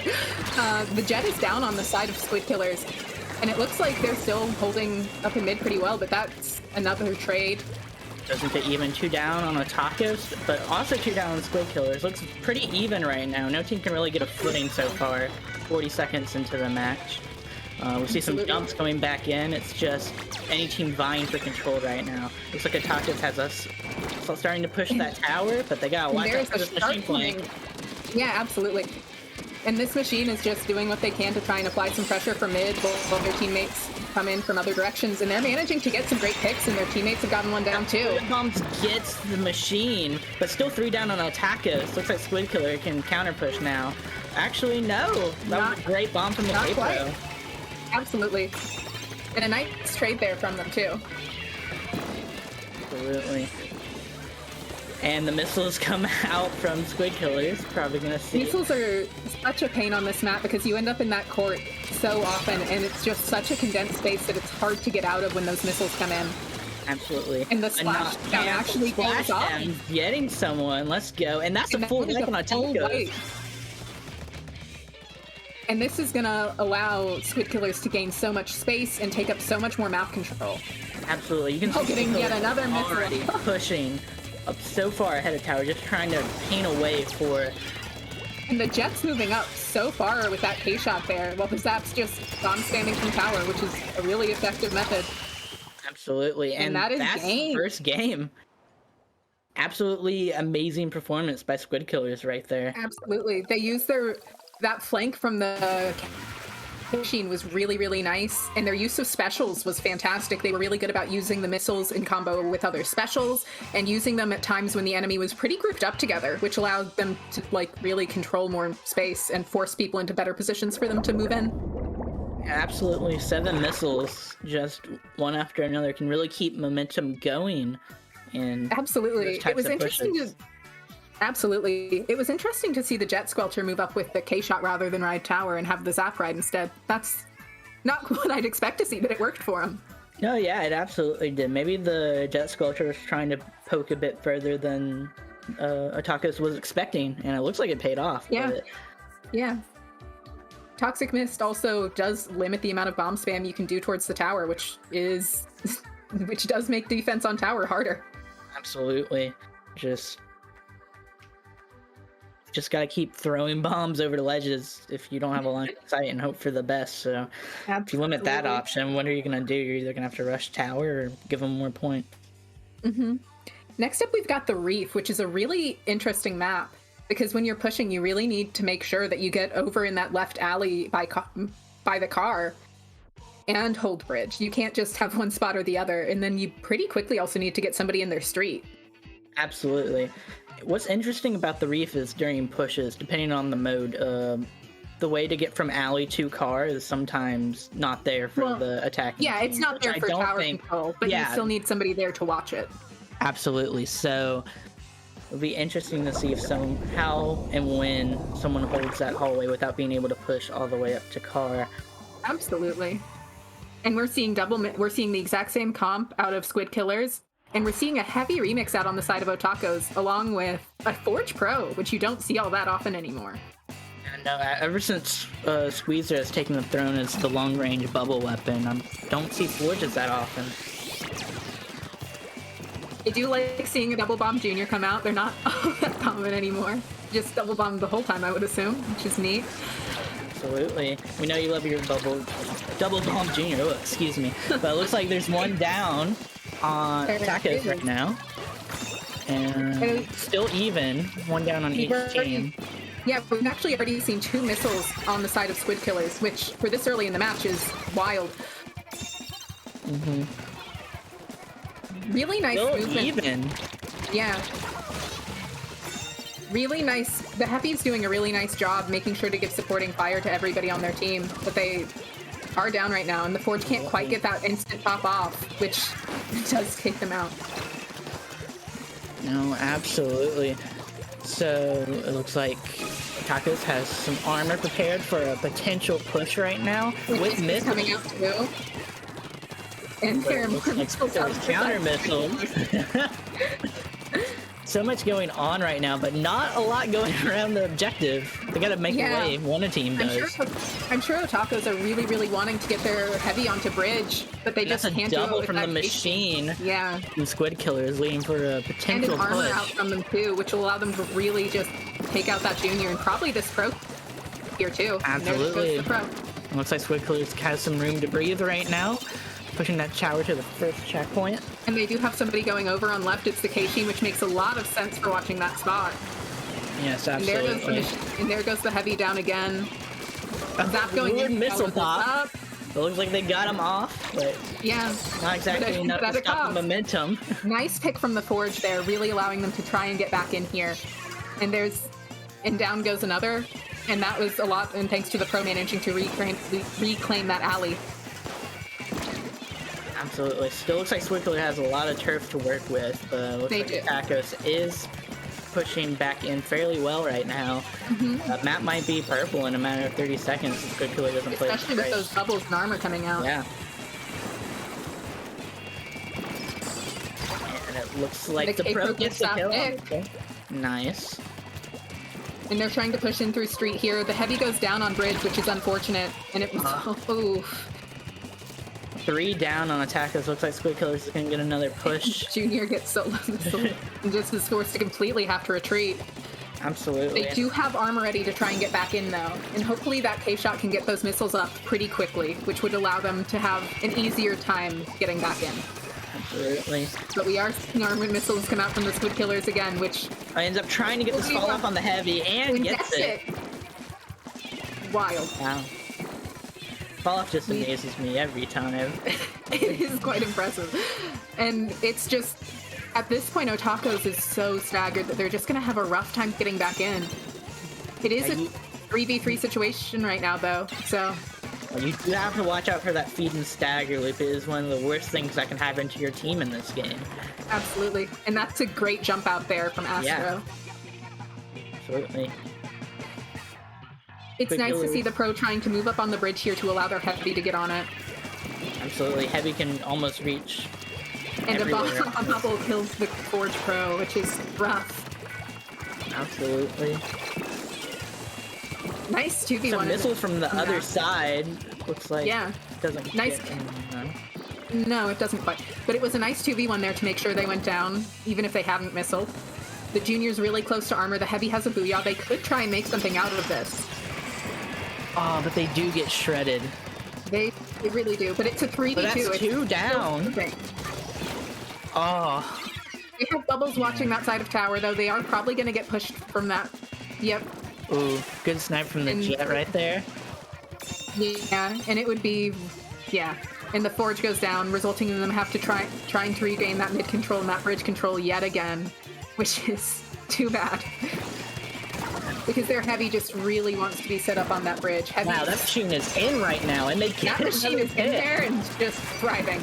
Wow. Oh, Okay, the machine's just having a good time. K-Shot's probably gonna go down. aw, No, the there K-Shot we gets go. him. Let's go. Too bad by that K-Shot. This is a potential counter push for Otakus if they play this They right. only They have gotta 5 get the tower seconds, though. quickly. Will they get it?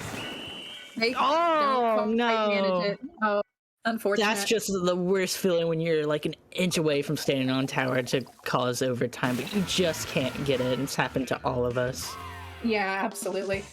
Really nice plays out of that K-Sheen there. Really good job knowing the range and playing around those ledges that they know those shooters can't really do a ton from. Yeah, absolutely. Just using. And also 17 missiles, I believe that was, Oh my gosh, 17 missiles. which makes it a bit hard for anyone to do anything. Absolutely. It's so interesting when this game started that missiles were just considered one of the worst specials in this game, but now it's almost a complete necessary in the meta. It sure was the case when the game first came out. They were very different then, though, admittedly. Absolutely. But they just provide so much utility. They paint do. the other side of the map. It kind of acts as a pseudo point sensor in a way where you They can see the force thing around movement. them, force movement. And it's just if the whole team's playing together in one clump group and you pop missiles on them, there's at least a 50% chance one of them's gonna get splatted. Absolutely. But I'm sure Otako's Splatling player is excited for this next map. Manta Maria is a great Splatling map. Absolutely. That the bridge in the center of the map, you can Yeah, definitely do some crazy stuff on that, especially if you have run speed. absolutely. And it's just, on the other hand, it's also a great K-Sheen map, so that's a little bit rough. Yeah, I mean, that plat was terrifying to go up against a machine. Absolutely. Oh, and we're seeing a K Junior come out. Hey, Junior. Rare. Exciting. And we'll see some sick bubble combos from Maddie. Hopefully. We are seeing it's a very different comp this time. Only one set of missiles. And we're Absolutely. seeing double armor on the side of Otako's again with that Hydra coming back out and a K-Pro again. And there the Hydra goes. On the K shot. Really nice play there from the Hydra, managing to get out and stay alive after getting that K-shot, which does take out a missile very nicely. She get a missile. Speaking of missile attackers and missiles, doesn't seem to get anyone with them though, but did apply some pressure. Bundy's just paying up the mid here to try and gain control. And that is 2 down on the side of Squid Killers, which could allow Otakos to really get a push in here. They are stuck fighting that insect Absolutely, in but their the free. Insap's behind them and absolutely And they go down to the obliterating. Got 2 of them. Absolutely, and we're seeing the K-Pro riding tower here, the K-shot missiling. And that's a nice booyah out of the K-Pro there, managing to stay alive, apply some more pressure on their street, and actually maybe get through this checkpoint if they get lucky. Absolutely, but that K Junior has bubbles ready, so they better be ready for that one. Yeah, absolutely. That's a really nice trade from the K-shot there. Absolutely. And now we have the Hydra and the Junior just waiting for that K-shot and K-Pro to be back in mid to try and make something out of this. There are missiles on that Hydra yet again. This is having the missiles on them all the time is probably getting very frustrating. Absolutely. K-Shot's down on the side of Tacos. E-Tech down on the side of Squid Killers though from really nice movement out of the Hydra. Zap's going for plat and gets it. Absolutely. Yep. But they go down to the K-shot with a really beautiful move. Yeah. The Junior probably is going to go down here, but not easily, and it made 3 people have to focus them while the Zap is still flanking here. Absolutely. Zap's trying to go in though. And gets Gets a that pick on the K-shot. K-Shot. Oh, But does but gets picked up by the Hydra. Tacos only needs does need 1 somebody to point move right up here to and take the follow. lead. The Hydra does And need looks somebody like to move up with them though, or they will go down, and that did just happen. Absolutely. We are seeing a Booyah come out, which will clear out a couple bombs there and takes out the T-Tech, which is great. We do see the Pro go down to the Junior there, which is too bad. The Junior also has bubbles ready, which allows them to really just Everyone has to respect a K Junior when they've got bubbles. It's a dangerous situation. Move, get out of my way. It looks like we're about to see it here. Absolutely. Here they go. It's my other junior. Yeah. Looks like Squid Killer's getting some turf here, getting ready for a counter a great push. pick on the T-Tech there. Yeah. We're seeing one of them trying to push up through that right side. Ends up trying to paint that hallway. And there's the K Junior just waiting for the right opportunity to drop on everybody. Absolutely. You're down on a tacos, all up on Squid Killers. Absolutely. like K Junior has those taking bubbles their ready push. to go yet again. There's an Inkjet out. This real Inkjet on this map is so great for pushing up because it's just you can get so much vertical height so easily. Absolutely. And the K Junior still has those bubbles. Ooh. It's a kick on the Hydra, which is huge. Oh. Does go down to a suction bomb, which is unfortunate. Oh, this K-Shot has good flank, but it looks like they couldn't They get called exactly back get some of that. And we are seeing it's just the Hydra who goes down, sadly, to that K Junior, who is now bubbling at their Squid spot. Killer at the final checkpoint, and 10 points they will take Really nice match switch from the three. Inkjet. And that is game. Yeah, absolute props to Squid Killers. That was just Absolutely.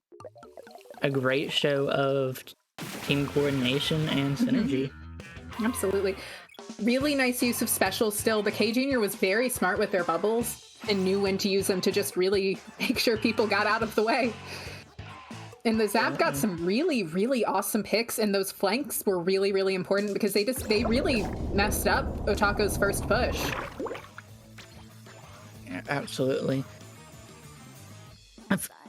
I love seeing all this tower control play today because I just feel like seeing everyone play around the tower, ride it, especially that pillar in the center. You could probably write a whole 5-paragraph essay on how to best play around the tower pillar. I'm sure somebody's probably done it. Yeah, absolutely.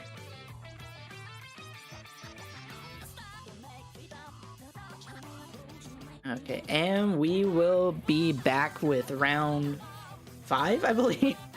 Round 5 in a few minutes.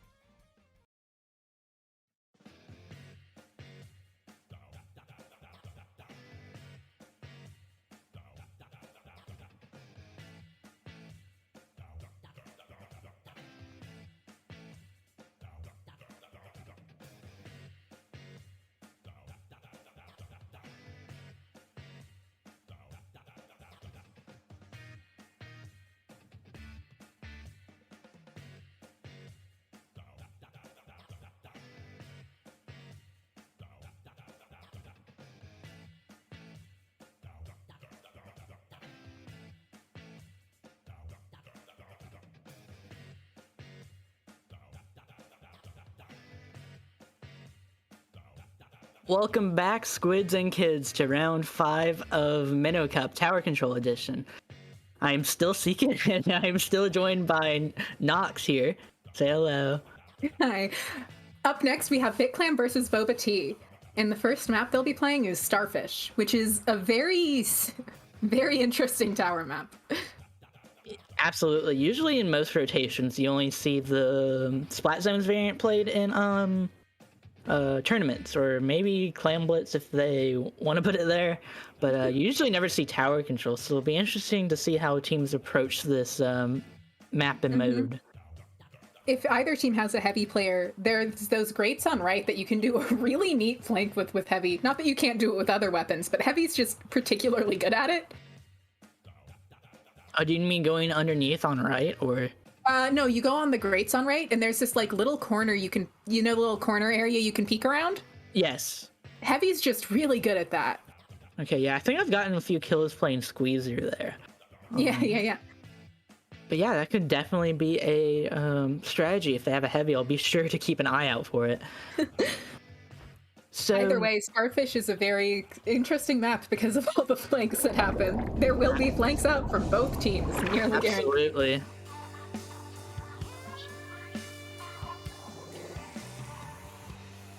And we do see a heavy coming out, which could be fun. Absolutely. We see that heavy from Autumn on BitClam. We do, and we see a zap coming out from BitClam. No armor on the side of Boba Tea, though, which is interesting to see. And Texture, who I'm pretty sure is usually a Charger player, is on Slosher, which is surprising. Yeah, absolutely. Texture absolutely destroyed me a few times with a Charger, so it'll be interesting to see how his bucket is, too. Yeah, absolutely. And we see that Charger just set up on Snipe, as they tend to be. The Dynamo's taking up space in mid, but it gets taken out quickly. Oh, good and jump. down goes that Charger to that 52. Lucky RNG from Sean, considering it's 52 while jumping. Yeah. 52 jump RNG. That's what you usually want to risk. It looks like it's trying to get the heavy, but nice armor out there from Lily. The 52 is down on the side of BitClam, but that heavy's Booyah will be able to allow them to hopefully get this checkpoint, and they managed to get it. That zap is still on tower. And there's a jump in from the 52 there. And that's a full wide on BitClam right there. But 49's not about opening push. It got them through that first checkpoint, which is one of the hardest on this map. Absolutely. Looks like Boba Teas are already pushing up, getting ready to clear a path for their chance to push the tower. But with that heavy on the side, they're going to have to watch out. Yeah, but the heavy has to watch out really carefully for that Charger. They do manage to take out the Dynamo, and here they're trying to get the Pro, and they get down, and they get it. That is 2 down on the side of Boba Tea. Totally, good defense from BitClam. Absolutely, and that heavy is just in such a strong position because they can peek so well from there. The Slosher's really going after this player right here. Seems to have backed off for now, but... Looks like it's heavy. Oh, was going to try and get a hit on the Charger, but could be a little risky. Just a bit. It is a Charger versus a heavy. We will see if they survive, and they survive those missiles with that Booyah Bomb. Really nice Booyah from them there. They still really need that Charger to move, though. Absolutely. And there's Dynamo just pushing that heavy out of the spot that they want to be in, taking advantage of the fact that they can shoot over walls so easily. They could try to send their end zap, or maybe the 52 gals to deal with the Charger, but it's going to be kind of hard to get in. It looks like they're watching out. It is, and that Dynamo just did a massive flank taking out the heavy there. This is allowing them to take so much map control. This Booyah Bomb's going to apply a ton of pressure. But it looks like this 52 might be able to get a couple picks here if they get lucky. Oh no, they get picked off by the Charger. Yeah, they sure do. And we do have... push. 2 down on BitClam right now. But they do manage to take that Dynamo out, although the heavy does go down there to the K-Pro.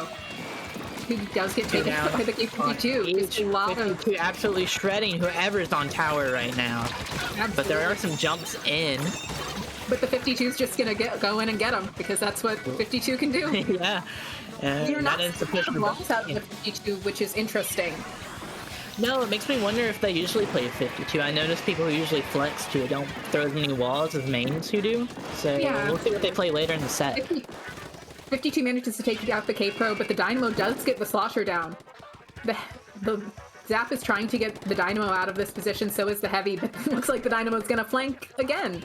Or just fake flank. Looks like the Dynamo's going for a kill in mid, If but he goes down to the doesn't give them. flusher, which is really great because if that Dynamo can, on this map especially, it's just, vertical or paint coming down on you like that on this map is rough.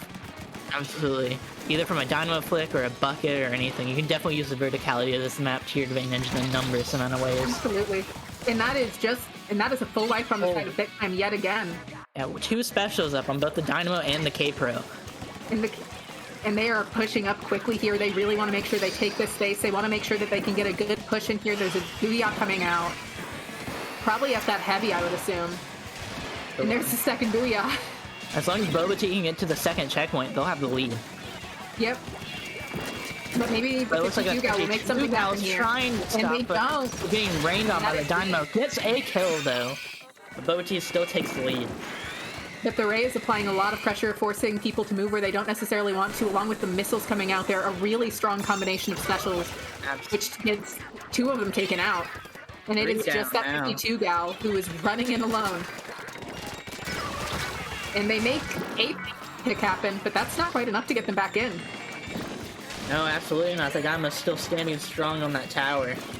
Absolutely. They come And back that to get charger fast to trigger overtime. Absolutely. And even if they do, that charger's close to Ray. And if they don't manage, well, the Ray doesn't matter because they managed to get everybody. But if they hadn't managed to, and even if they had managed to get back on tower, the charger was so close to Ray that they could have just used it against the push and jumped out. Like, Absolutely. Ray might not be... Ray might not be what it once was, but it's still a strong special. Man, we keep having thoughts at the exact same time. It does happen. When you share a single brain cell.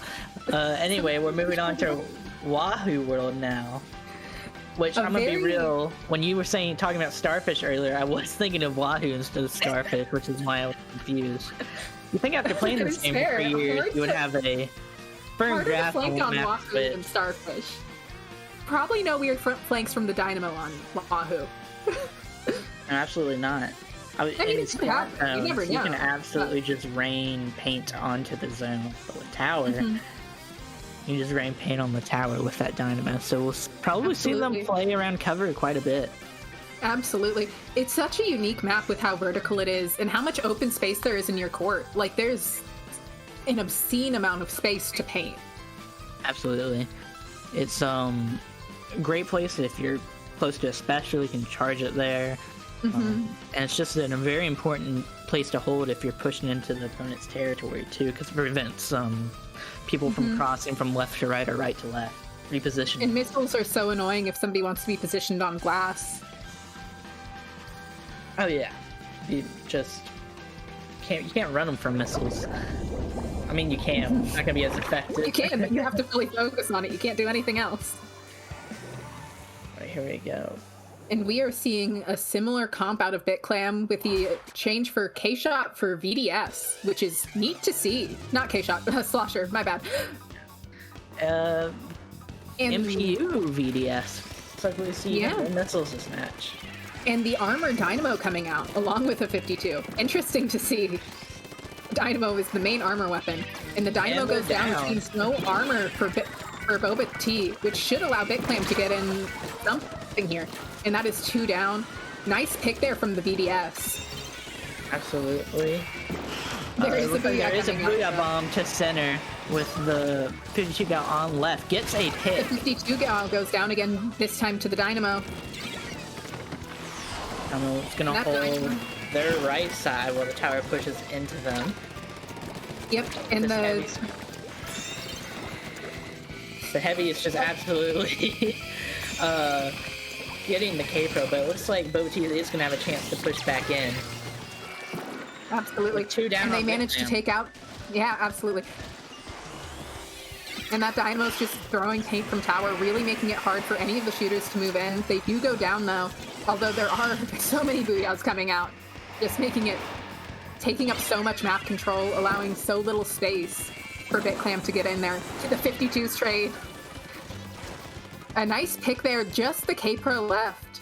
That looks like it's going to be the end of the push for Boba. And there goes the K-Pro. That gives them a delayed wipe, and they should be able to reclaim mid really easily here, especially with those sides opening up, and they can really lock down that right plat if they get there quickly.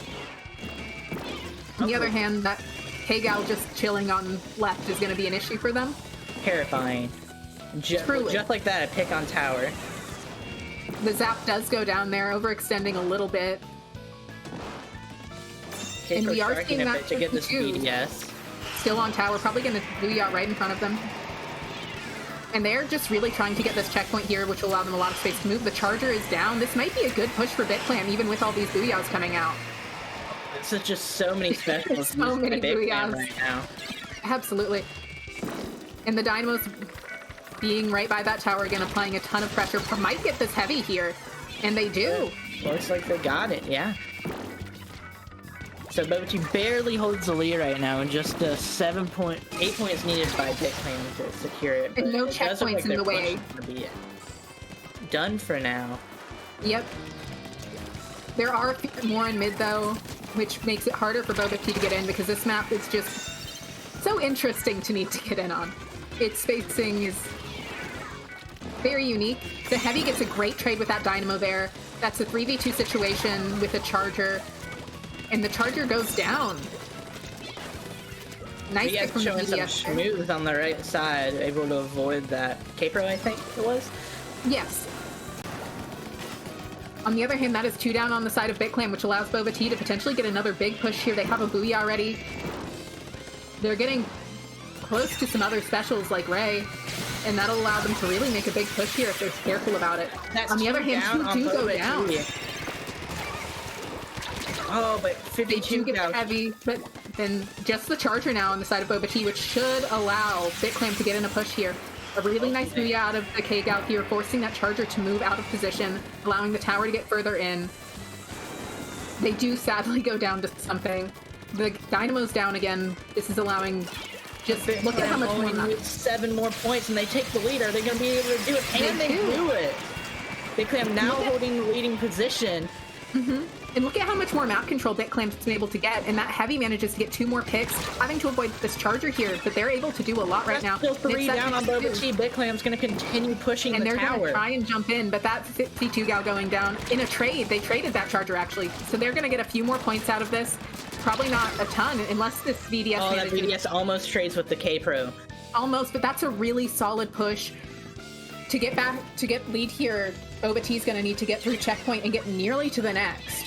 Which is going to be rough to do against 2 booyah bombs and missiles if they space this correctly. 52 tried to shark there, but was spotted by 2 members of Boba T.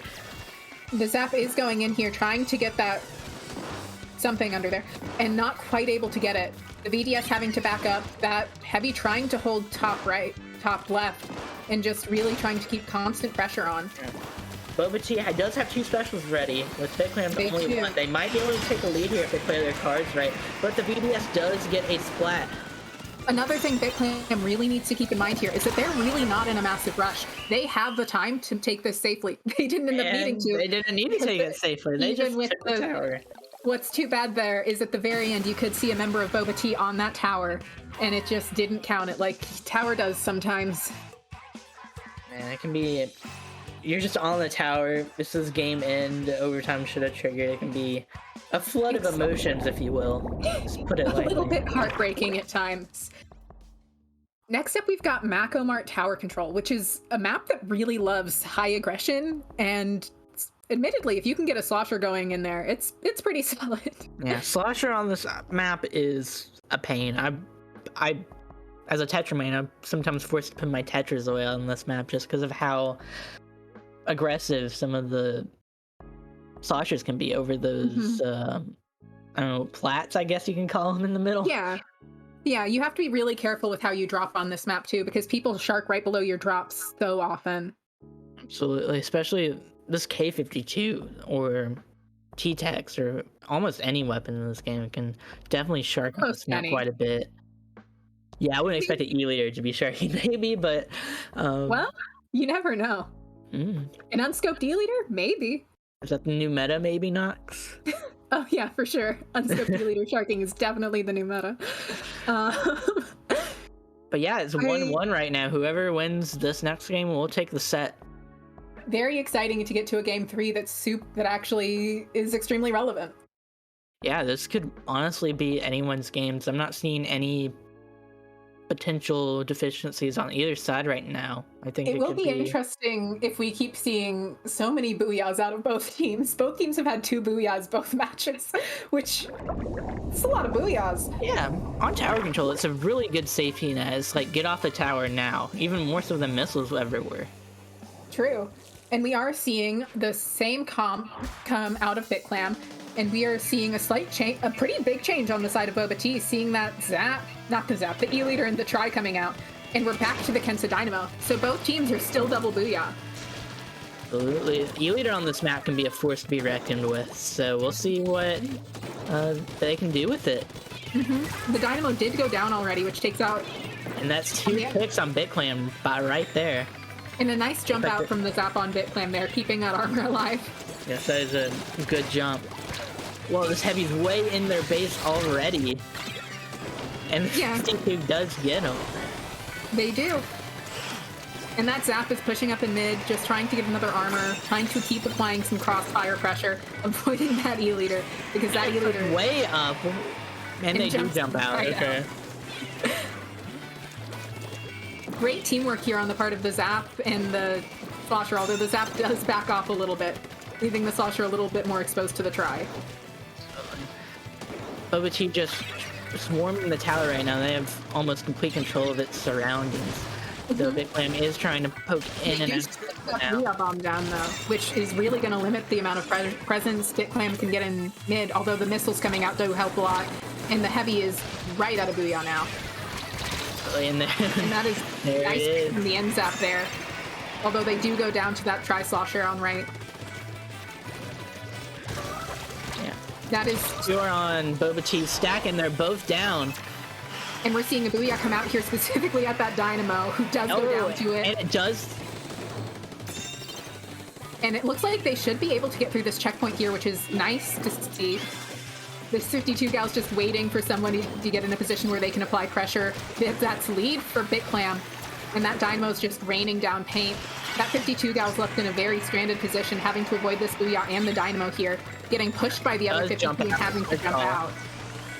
Nice pick from the Heavy there on the Dynamo, in getting that Booyah off in mid to maintain that map control while their teammates come back in.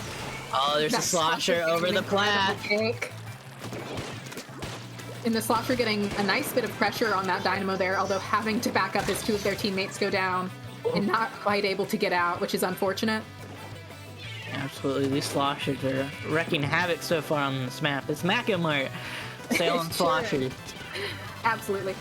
That 52 gal's doing a great job trying to maintain that stack on left. The missiles coming in, allowing them to actually scatter people a little bit more.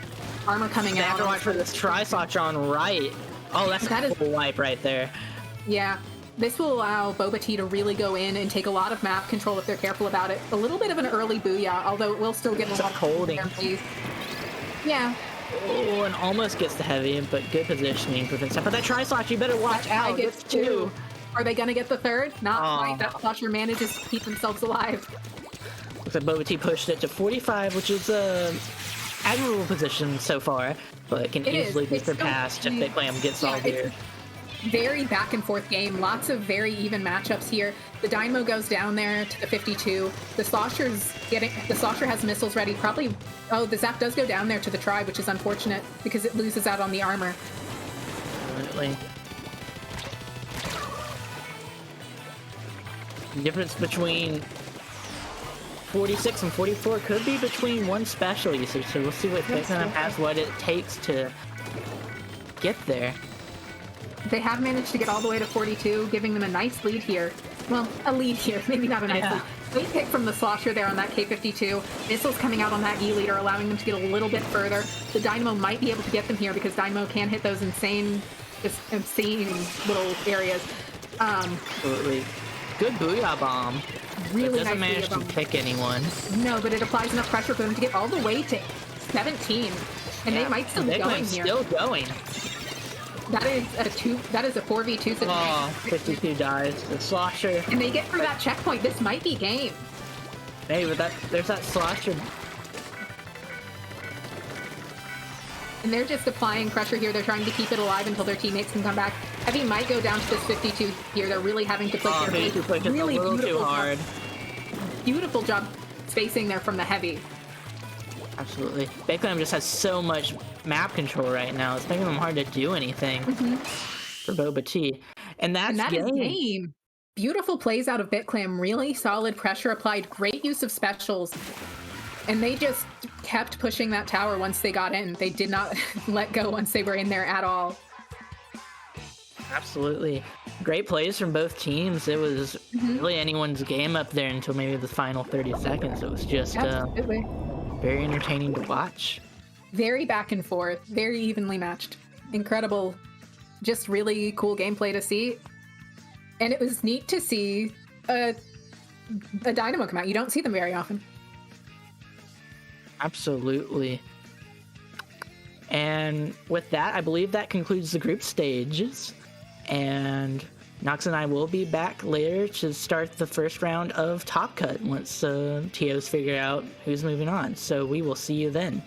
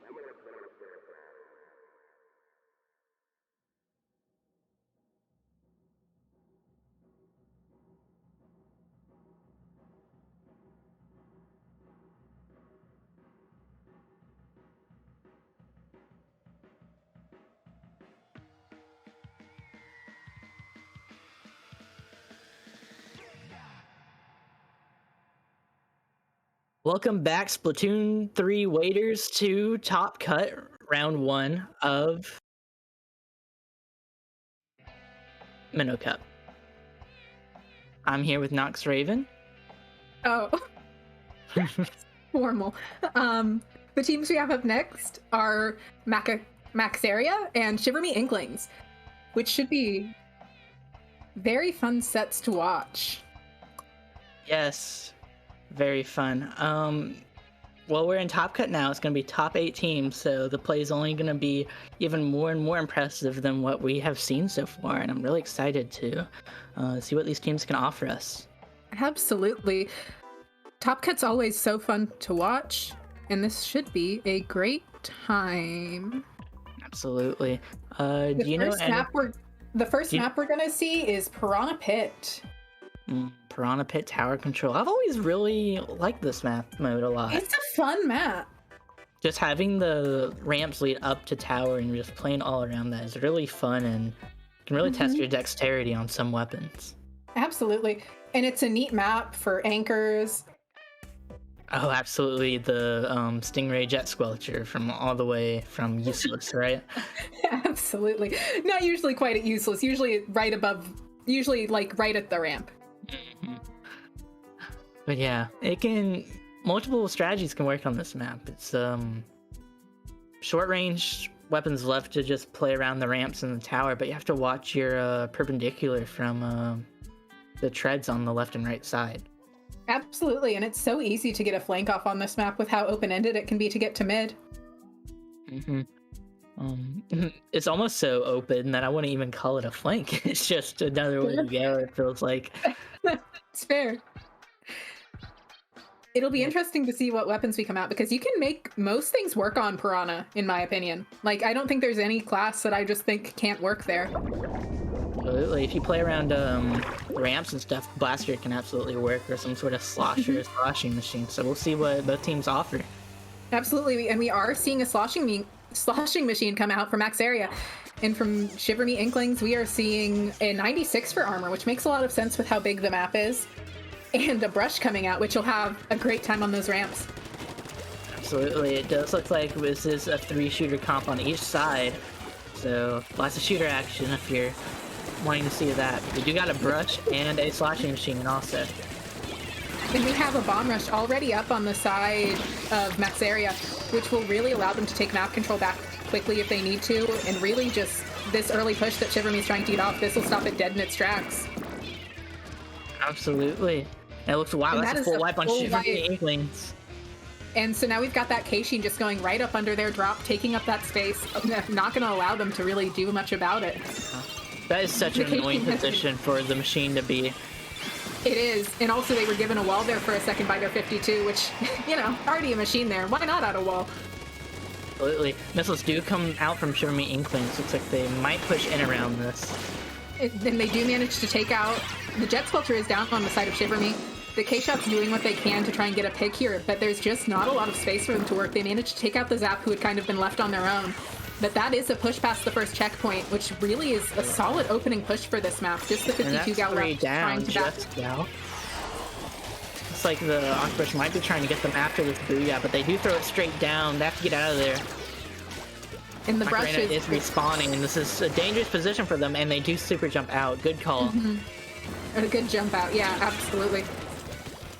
K-Sheen's just trying to get back into mid here, really trying to apply some pressure with that 52 gal. They managed to get a great pick there. 2 down on the side of Shiver Me yet again. All 4 up on the side. Well, 3 up on the side of Maxaria. And they're just doing what they can to move in here. The combination of a 52 and a 96 gal seems pretty vicious to me. Like 2 weapons that do a lot of damage from a decent range. Yeah, it's just if those that 96 on Jet Squelcher can just stay back and aim well, then there's not gonna Macarena's not gonna be able to touch them. Yeah, absolutely. And we do have missiles out from missiles ready from the Jet Squelcher, but down they go. Oh, and down goes the 96, and this could be another push here for Maxaria. If that little block always causes problems with getting on tower.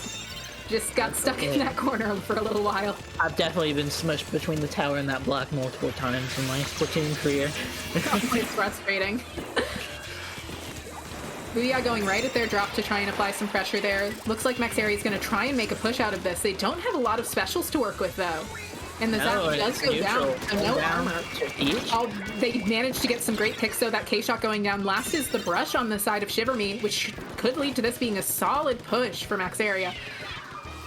The 52 gal just waiting, trying to get that Booyah. The bomb rush coming out here from the splash is really going to allow them to just keep this space, maybe get to the next checkpoint and hopefully get through it. We see a Booyah coming out. There's a splashdown ready. There's just a lot of room for them to work with here. Absolutely. And they get that checkpoint. Maxaria is just attacking Shiver Me Inklings from all angles, and they're just trying to find an opening to get to that tower and stop this push. They're at the third checkpoint. They're going to have to think of something fast. Absolutely. There are missiles ready from that V-Jet and missiles ready from that K-Shot, so that does allow them. And they managed to take out that K-Shot. The brush is still in mid, though. Oh, good pick from that brush. Absolutely. Taking out the armor is very big for that comp. No armor really limits the amount that a Splash, K-Sheen, and K-Gal can go in and do without having to take more risks. Yeah. And with a minute left, Shiver Me Inkling's going to have to think of something fast. Hopefully just try and use their range and pick up all of the shorter range weapons on Maxaria. Absolutely. They do manage to get the K-Gal down. They have armor ready. They got missiles out from the K-Shot. And there's an Inkjet out. This is giving them hopefully a lot to work with, a lot to try and get in with, but here's that bomb rush coming out yet again, really just forcing them to have to respect a lot of space. Absolutely. That Toxic Mist is being annoying for Maxaria, but doesn't allow Shiver Me Inkling to get a pick on them. And they take out the brush who was trying to do a little flank on them, and then the 96 gal is out here just using their range, getting that end zap. Absolutely. And they take out that Splash too. That's really limiting a lot of what Maxaria can do. It is just that Booyah Bomb, but there's only 10 seconds left, and a Booyah Bomb takes you off of tower for a hot second. That's a kind of early time for the Booyah, though. So we will see. Absolutely. They just need to get back on the tower. You need to get back on the tower, but that 52 gals are attacking from that direction. They're all around tower right now. And it is just the up and just shred through that. Oh, unfortunate. Really nice uses of specials there at the end, though, by Shiver Me, trying to get that last push in. A closer game than you would expect from the score you're seeing. Absolutely. That push that Maxaria got at the beginning, it was just such a good lead that they just had to hold. And oh my gosh, look at the 52 gal, 16 kills and 7 Booyah bombs. They were just able to really go in there with the amount of crossfire going off from all the other weapons and the armor coming out from the Zap. It allowed them a lot of space to just go in and work with along with that wall. And now since we are in Top Cut, it will be a best of 3 instead of play all 3. So if Maxaria can get the pick up the game on Sturgeon Shipyard, then that'll be the set done. Absolutely. Sturgeon Shipyard is a very vertical map. We actually saw it already earlier in the tournament. But it's a very interesting map. It's got a lot of verticality. It's got a lot of interesting spots that you can try and get your Slayers up in front of you with. For example, that wall on right. Absolutely. If Shiver Me Inklings decides to run a longer range comp again, it could come more to their benefit on Sturgeon Shipyard than Piranha Pit ever let them.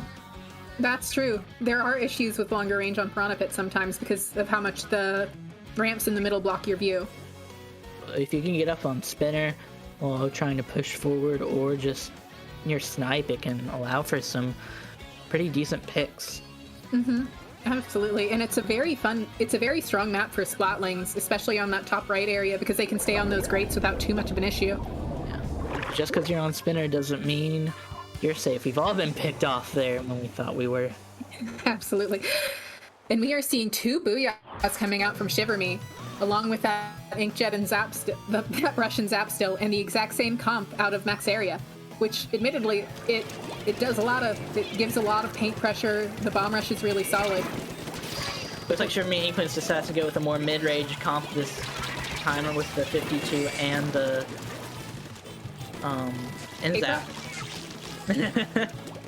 Yes, K-Crack. Wow, that's a full life on Max Airfield, right? What happened?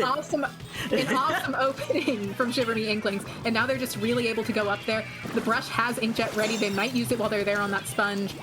We are seeing the K-Gal moving up here, just trying to take this space. They don't manage to get Booyah off in time, though, which is unfortunate. They are going to get this first checkpoint, but they're having to back off now because it is just the K-Pro left.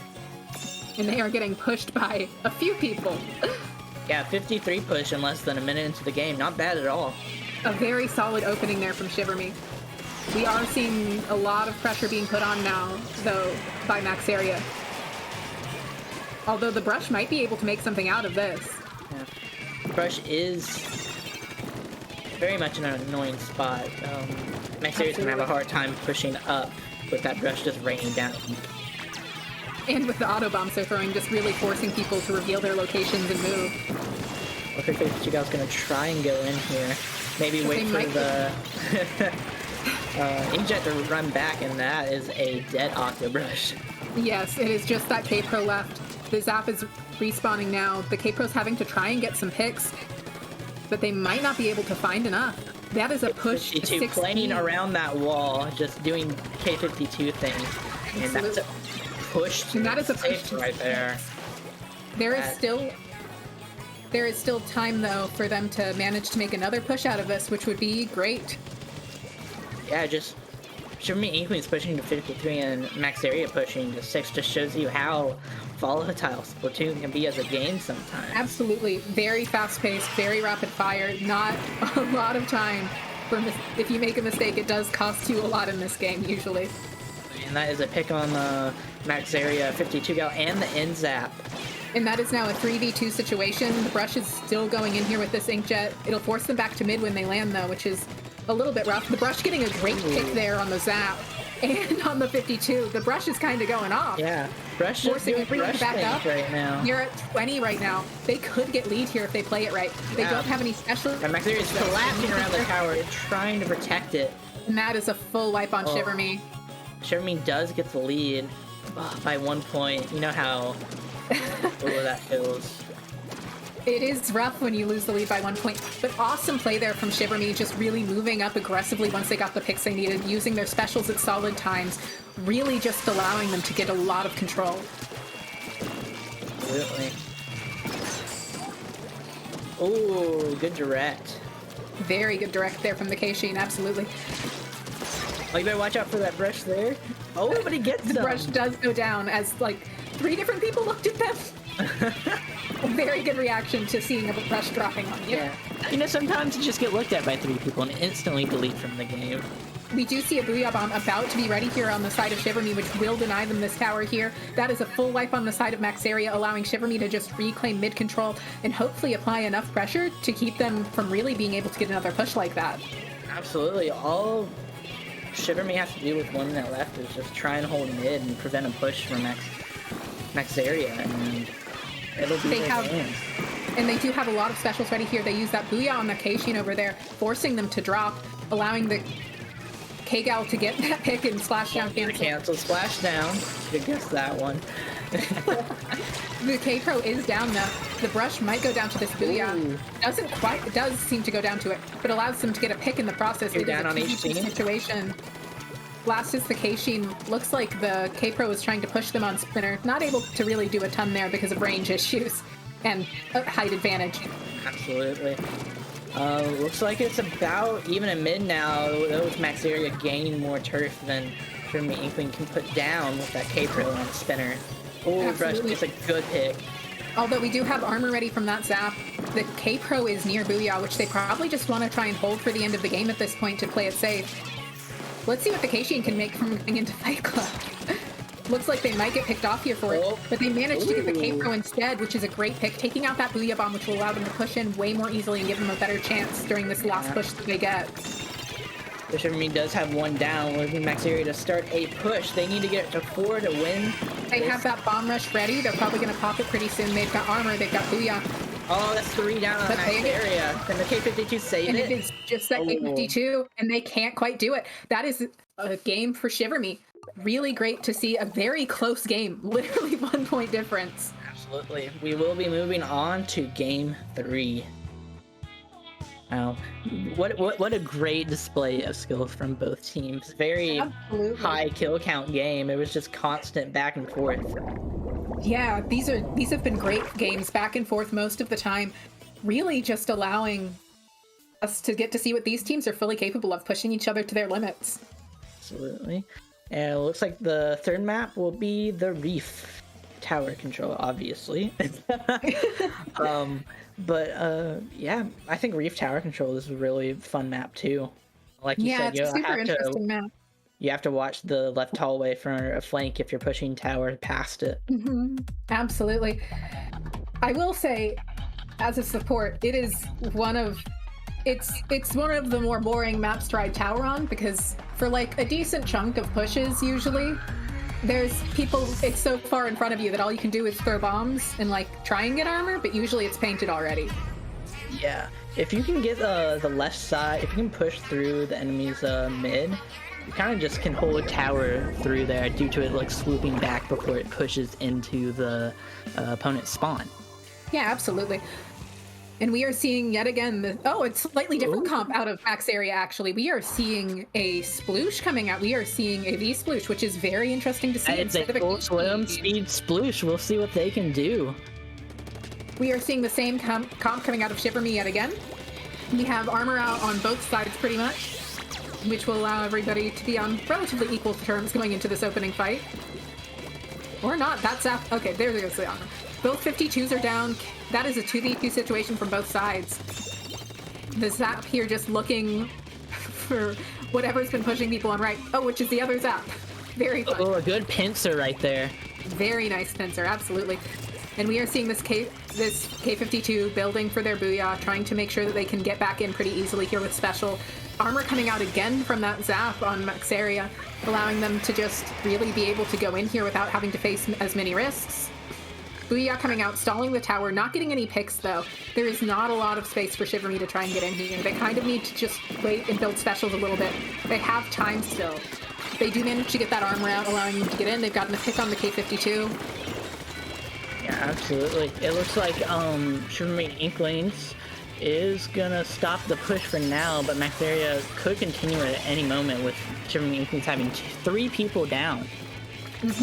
They're probably going to be able to maintain this push pretty easily. They're getting close to another armor. Well, maybe not quite close. They're working towards another armor. Yeah. The Always getting K52 ready to goes armor down to push in. Gotta have that armor. You gotta have that armor.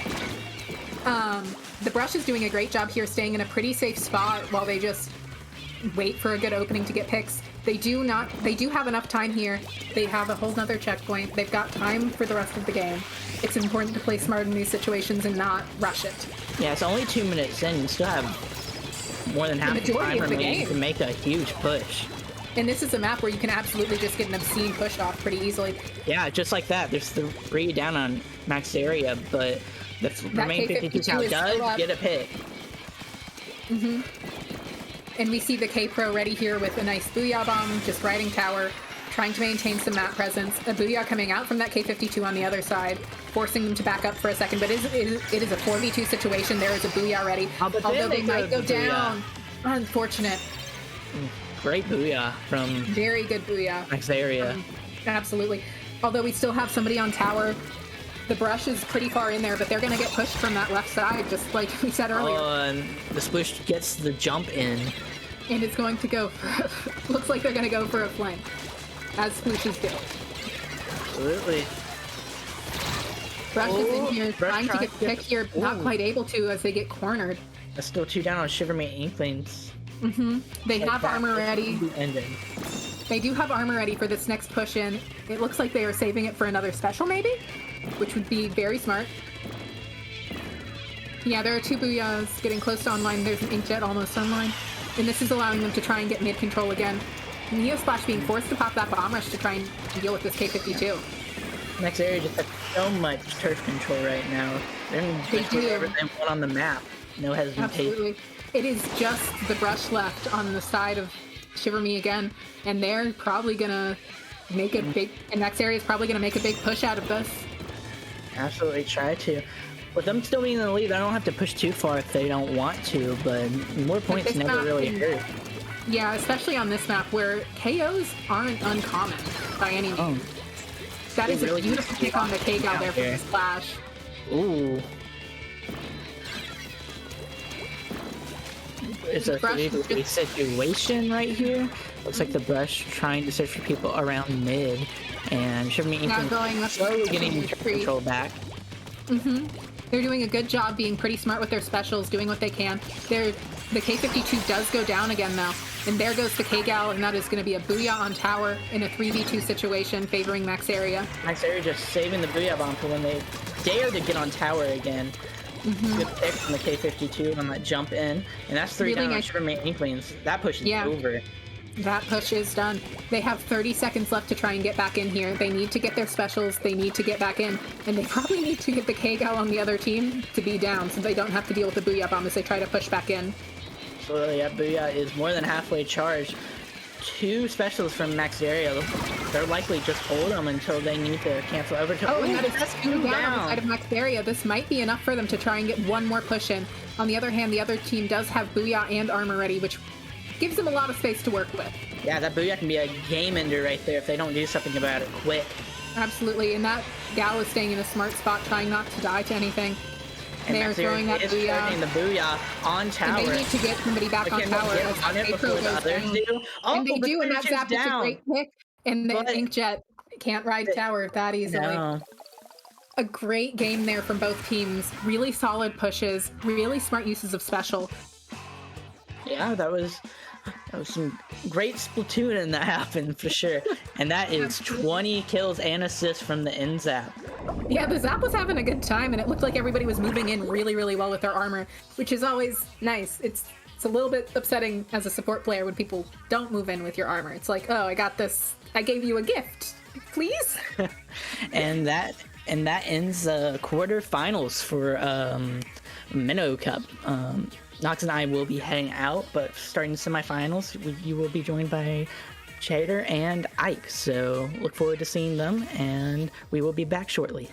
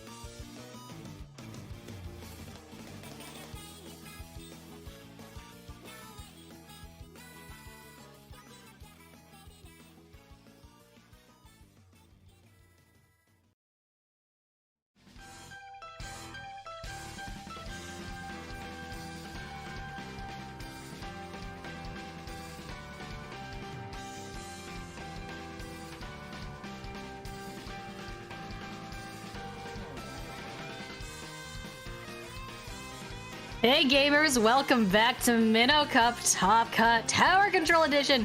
We've got Falling Sharks versus Minnow Cuppers. I'm Kaner and I'm joined here today by Ike. Hey everybody.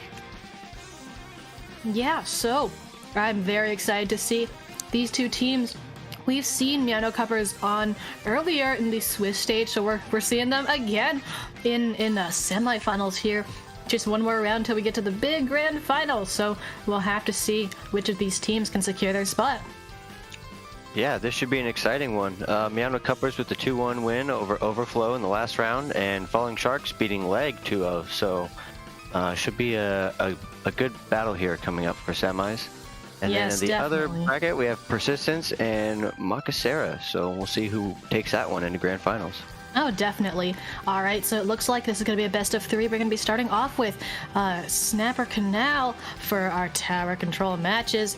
And that one's going to be pretty interesting. I mean, I just got back from High Ink from commentating Clam Blitz Snapper Canal. So this one's it plays a little bit differently, and I don't actually see tower control snapper that often in a competitive scene, just because, you know, the funny falling into the water happens a lot, but it's very amusing. Hopefully we can catch it on stream. Yeah, I'm sure it'll happen at some point. It'll be interesting to see if either of the teams run a charger here or what kind of backline setup they're going to go, because riding that tower through that first checkpoint area, you get kind of close, so we'll see what happens. Definitely. All right, looks like we're having a hero splatling come out from one end. Ooh, we got some funky little picks. Looks like Minnow Cuppers are bringing out the tent as well as the all special charge Vanilla Jet. So that's going to be a lot of missiles coming out from that team. They've also got the Zab for armor. They've got the Try as well. That's a nice well-rounded comp there. And on the other hand, Falling Sharks has brought out that Hero Heavy for the Splatling, as well as a little bit of that more anchory playstyle, as well as a double shot and a Junior. Unfortunately, both of those shots just went down. That Junior's backing up a little bit there. And although Falling Sharks were the first one to take objective, they have got very many down. 3 down now with the Hero Heavy. Looks like they've jumped out. And so it is going to be Minnow Cuppers with the lead right now as they push forward. Yeah, and Cuppers already have 2 missiles coming in from the jet, so that's good. And they have that whole side of the map, that left side in front of the tower, pretty much locked down. Looks like you have the tent coming to circle in and get some flanks, so if they can get through this next checkpoint... Oh, nope, never mind. That is a 3 full down. wipe. Unfortunate. Yeah, nice locking in the defense there from Falling Sharks. And with that, that's a lot of picks there. Able to take back control of mid. Now you can see this Heavy just sitting on the tower, taking advantage of the pole as well for some cover. They've got the armor as well. Gem has let loose that barrier as an attempt into mid. We've got the missiles coming out as well. And that Zap's gone down on the side of Minnow Cuppers, which is really unfortunate. They're now 2 down. Gem here with the bubbles, trying to defend the tower, but that Stingray there is also going to attempt to shut them down. They're trying to get that pick. You can see them doing damage on the tower, but not quite enough to get one pick. One shot is down, though, and those bubbles are very quickly going to get shot through. You can see them in the little corner there. Meanwhile, we've got a little bit of a fight going on the tower here with this... That's the Junior just barely managing to escape, and that Heavy's still there. So we've just got both teams jockeying for control of the tower right now, and with very, very similar scores. Although with that 3 down on Minnow Cuppers, it's going to be Falling Sharks that come out victorious. Again, with Minnow Cuppers going 3 down, and they're trying to stop this push here. So I don't know if they're just taking separate fights or what the deal is, but they're going to have to start to regroup a little bit here if they want to keep this game alive much longer. Yeah, you can see, unfortunately, another member going down. Gem here on this tent trying to do something, but there's not so much they can do on their own, as they've been very much cut out, and they finally get taken out, which is unfortunate. 3 up on both sides now. That tower's starting to reset back to mid, but the shot here is going to catch it, and that Heavy is still alive and kicking. You can see the members of Minnow Cuppers are really trying to get back into that tower, but to no avail. A shot trying to take it across the water. Gets taken down midway, though. But, this Heavy pulling off 2 picks. Very nice double. That's exactly what they need to finally finally get that to stop. Thankfully, they've got those picks, but and they have their teammates coming back, though. And Gem again on this tower trying to get something done. The bubble is actually coming very much in handy as they get that pick as well. And so this is exactly what Minnow Cuppers needs: a bit of teamwork, a bit of staying together. And it's into the water. Oh, that is unfortunate. I mean, it's not even of their own accord. They just got trapped. Yeah, it's brutal, and then you see the bucket go down. That's essentially a 2 down, which slows their whole push, takes all that momentum. Now they're going to have to work extra hard to regain map control and continue pushing the tower towards the far side of the map.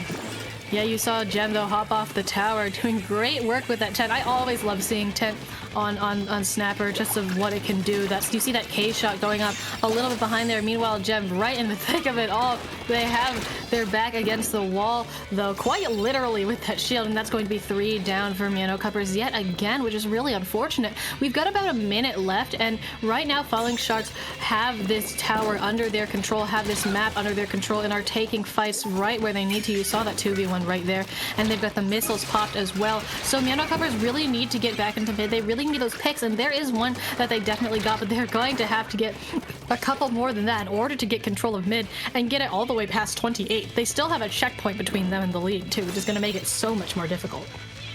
Yeah, and the Brella's doing a really good job of holding down mid and keeping Falling Sharks from getting even more points on the board, but it just doesn't seem like they're getting much help in that area. Everybody else is kind of preoccupied taking fights on different sides of the map, so they might need to get a little more coordination here for this, what could be their final push, leading into the last 20 seconds. Yeah, we've got Snack on the try, hopping on the tower and getting it started, but it looks like the members are actually pretty far apart. You can see Gem all the way on that left side of the map, the others on the tower, but they are going to be hopefully coming a little bit closer together.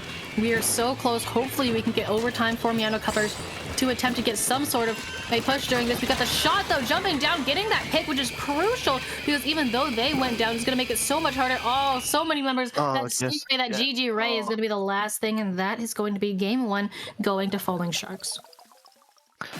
Yeah, really good set from Falling Sharks. They kept the pressure on and had map control for quite a bit of that game there. They didn't let Minnow Cuppers really get their footing on any of their pushes. I mean, whenever they got on tower, it was always like there was one on tower, maybe one person fighting in front, and then everybody else was kind of distracted.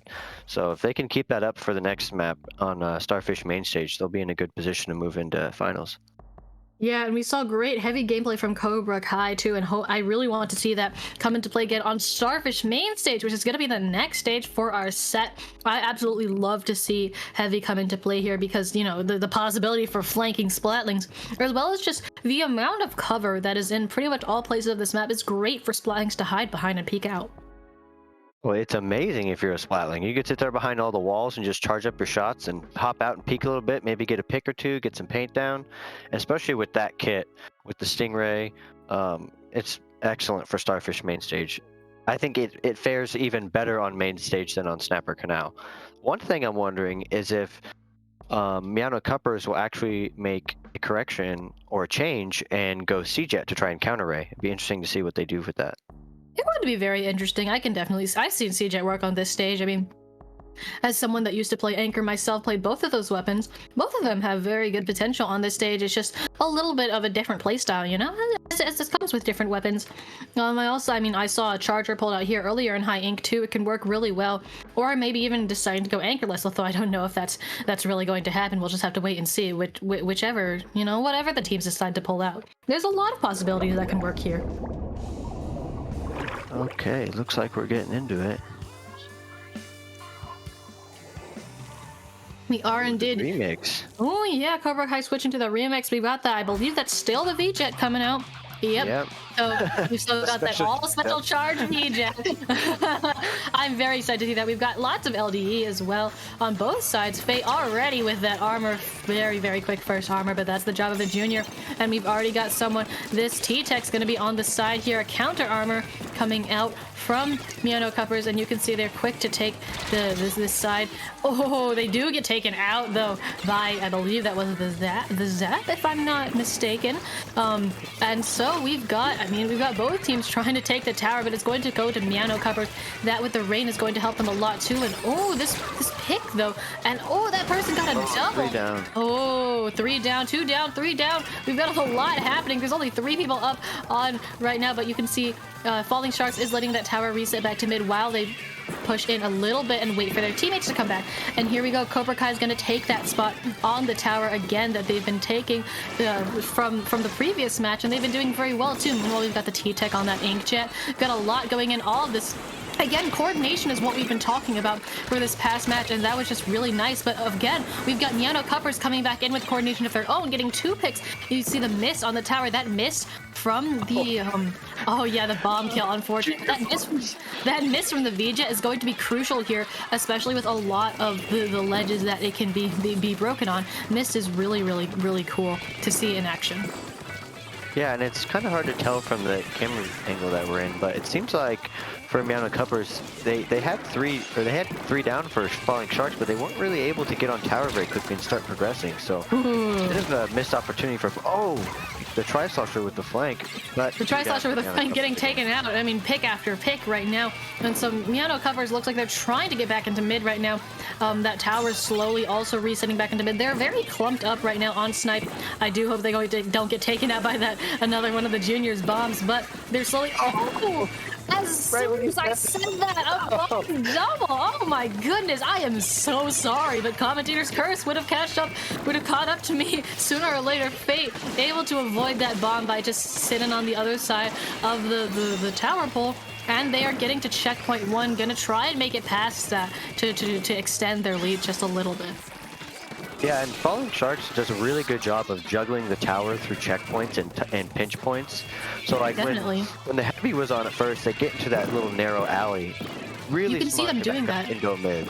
Yeah, yeah, really, I mean, really as you were talking about that, we just saw the heavy and the junior trade off so that, you know, the heavy wasn't necessarily caught in too many of those close range fights. Unfortunately, it did lead to a few of the members of Falling Sharks going down, but they were able to push that to 47 right up against that second checkpoint. And as we only have about 2 minutes left in this match, unless Minnow Cuppers can get something under that, that's still great for them because Minnow Cuppers still has an entire checkpoint between them and the lead. They haven't made it to the first checkpoint yet, although you can see them attempting to do that right now here. The K-shot, though, being on this snipe, jumping down, that's going to be a huge threat to them, so unless they can take it out, their push might get shut down. They almost Oh man, they almost fell dead. Just 2 down. They're seeing the humiliation by a member of Minnow Cuppers. And meanwhile, oh no, the heavy getting caught out unawares. And this is going to be the huge opening for Minnow Cuppers, exactly what they need. That jet is going to be taken out though, but they've jumped back in. So this try going to go forward. I mean, we've already got the missiles from the jet. We've got everything is going their way right now. They just need to hold on for a few more seconds. 2 down on their team though, which is really unfortunate. The other 2 likely going to have to back up just a little bit. So we've got a 3-point margin for both of these teams as we head into the last minute of our match. The 2 splatter shots for Falling Sharks do an excellent job of pushing up. As soon as the other team goes 1 or 2 people down, they are instantly in mid and pushing forward, and that's allowing Falling Sharks to get points on the board faster and move this tower faster. That's something that I think Minnow Cuppers needs to take note of and try and do that themselves when they're trying to make their push. Oh, definitely. Double shot can be a comp really built for aggression, and you can see that happening here right now. I mean, now that Minnow Cuppers are 2 down, you can see that all the missiles are coming out, the heavy's putting down a barrage of bullets, and that one person, the Zap that tried to drop and take them unawares, unfortunately was taken out. Junior was taken out, but you can see that one of the shots is just very quick to replace them and carry the tower all the way to 26, even as they were taken out. Now that we have about 20 seconds left, Falling Sharks might opt to go into a little bit more of a defensive stance. As you can see, they're backing up just a little bit so that they don't overextend in these last 10 seconds of the game, but they're still putting a huge, presence in mid, keeping themselves on the tower so that Minnow Cuppers doesn't get free overtime. But actually, with them getting taken out a few, that's going to be 3 down for Falling Sharks. Actually, the junior, the only one left. This is going to go into overtime. So we're going to have to see if Minnow Cuppers is able to take this all the way to 26. They've got another checkpoint standing between them and that lead, but they can definitely do it. With all of these specials coming out, they just need to continue winning those fights. Yeah, it burnt all their specials to get to that last. And here's more missiles coming out from. Oh, missiles! Oh, the heavy going down is going to be huge. Oh, the junior! Oh, the junior dropped in, took out the Zap, and that is the game. And I believe that's going to be the set too, as if I'm not mistaken. That was a best of 3. So with Falling Sharks besting Minnow Cuppers 2-0, we're going to see Falling Sharks very quickly in the grand finals, and we're going to have Minnow Cuppers go down to the 3rd place match. Yeah, and it looks like Falling Sharks will be playing Persistence here in the finals. It does. They it also does won their indeed. set. So should be a good one. Yes, and with that set being done, I believe we are going to take a quick break, just a couple of minutes before we come back right back at you with our grand finals. That is going to be really exciting. We've got 2 great teams lined up for that, so please do stick around. We'll see you in a couple of minutes.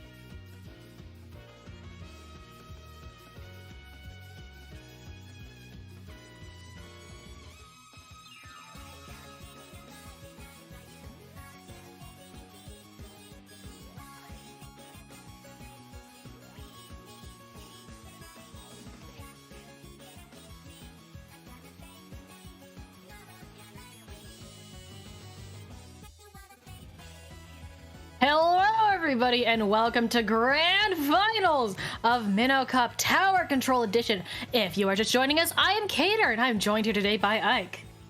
Hey, everybody. Yes, we are going to jump right into it with Falling Sharks versus Persistence. We just saw Falling Sharks. I don't know what the hell happened to my voice. We just saw Falling Sharks get a 2-0 win over Minnow Cuppers, and Persistence get a 2-0 win in their previous semifinal set as well. So I'm very, very excited to see what both of these teams are going to have in this coming grand final set. We've got a best of 5 coming up. We're going to begin with Inkblot Art Academy. Inkblot Tower is one of those maps, one of those funny little second checkpoint choke point map.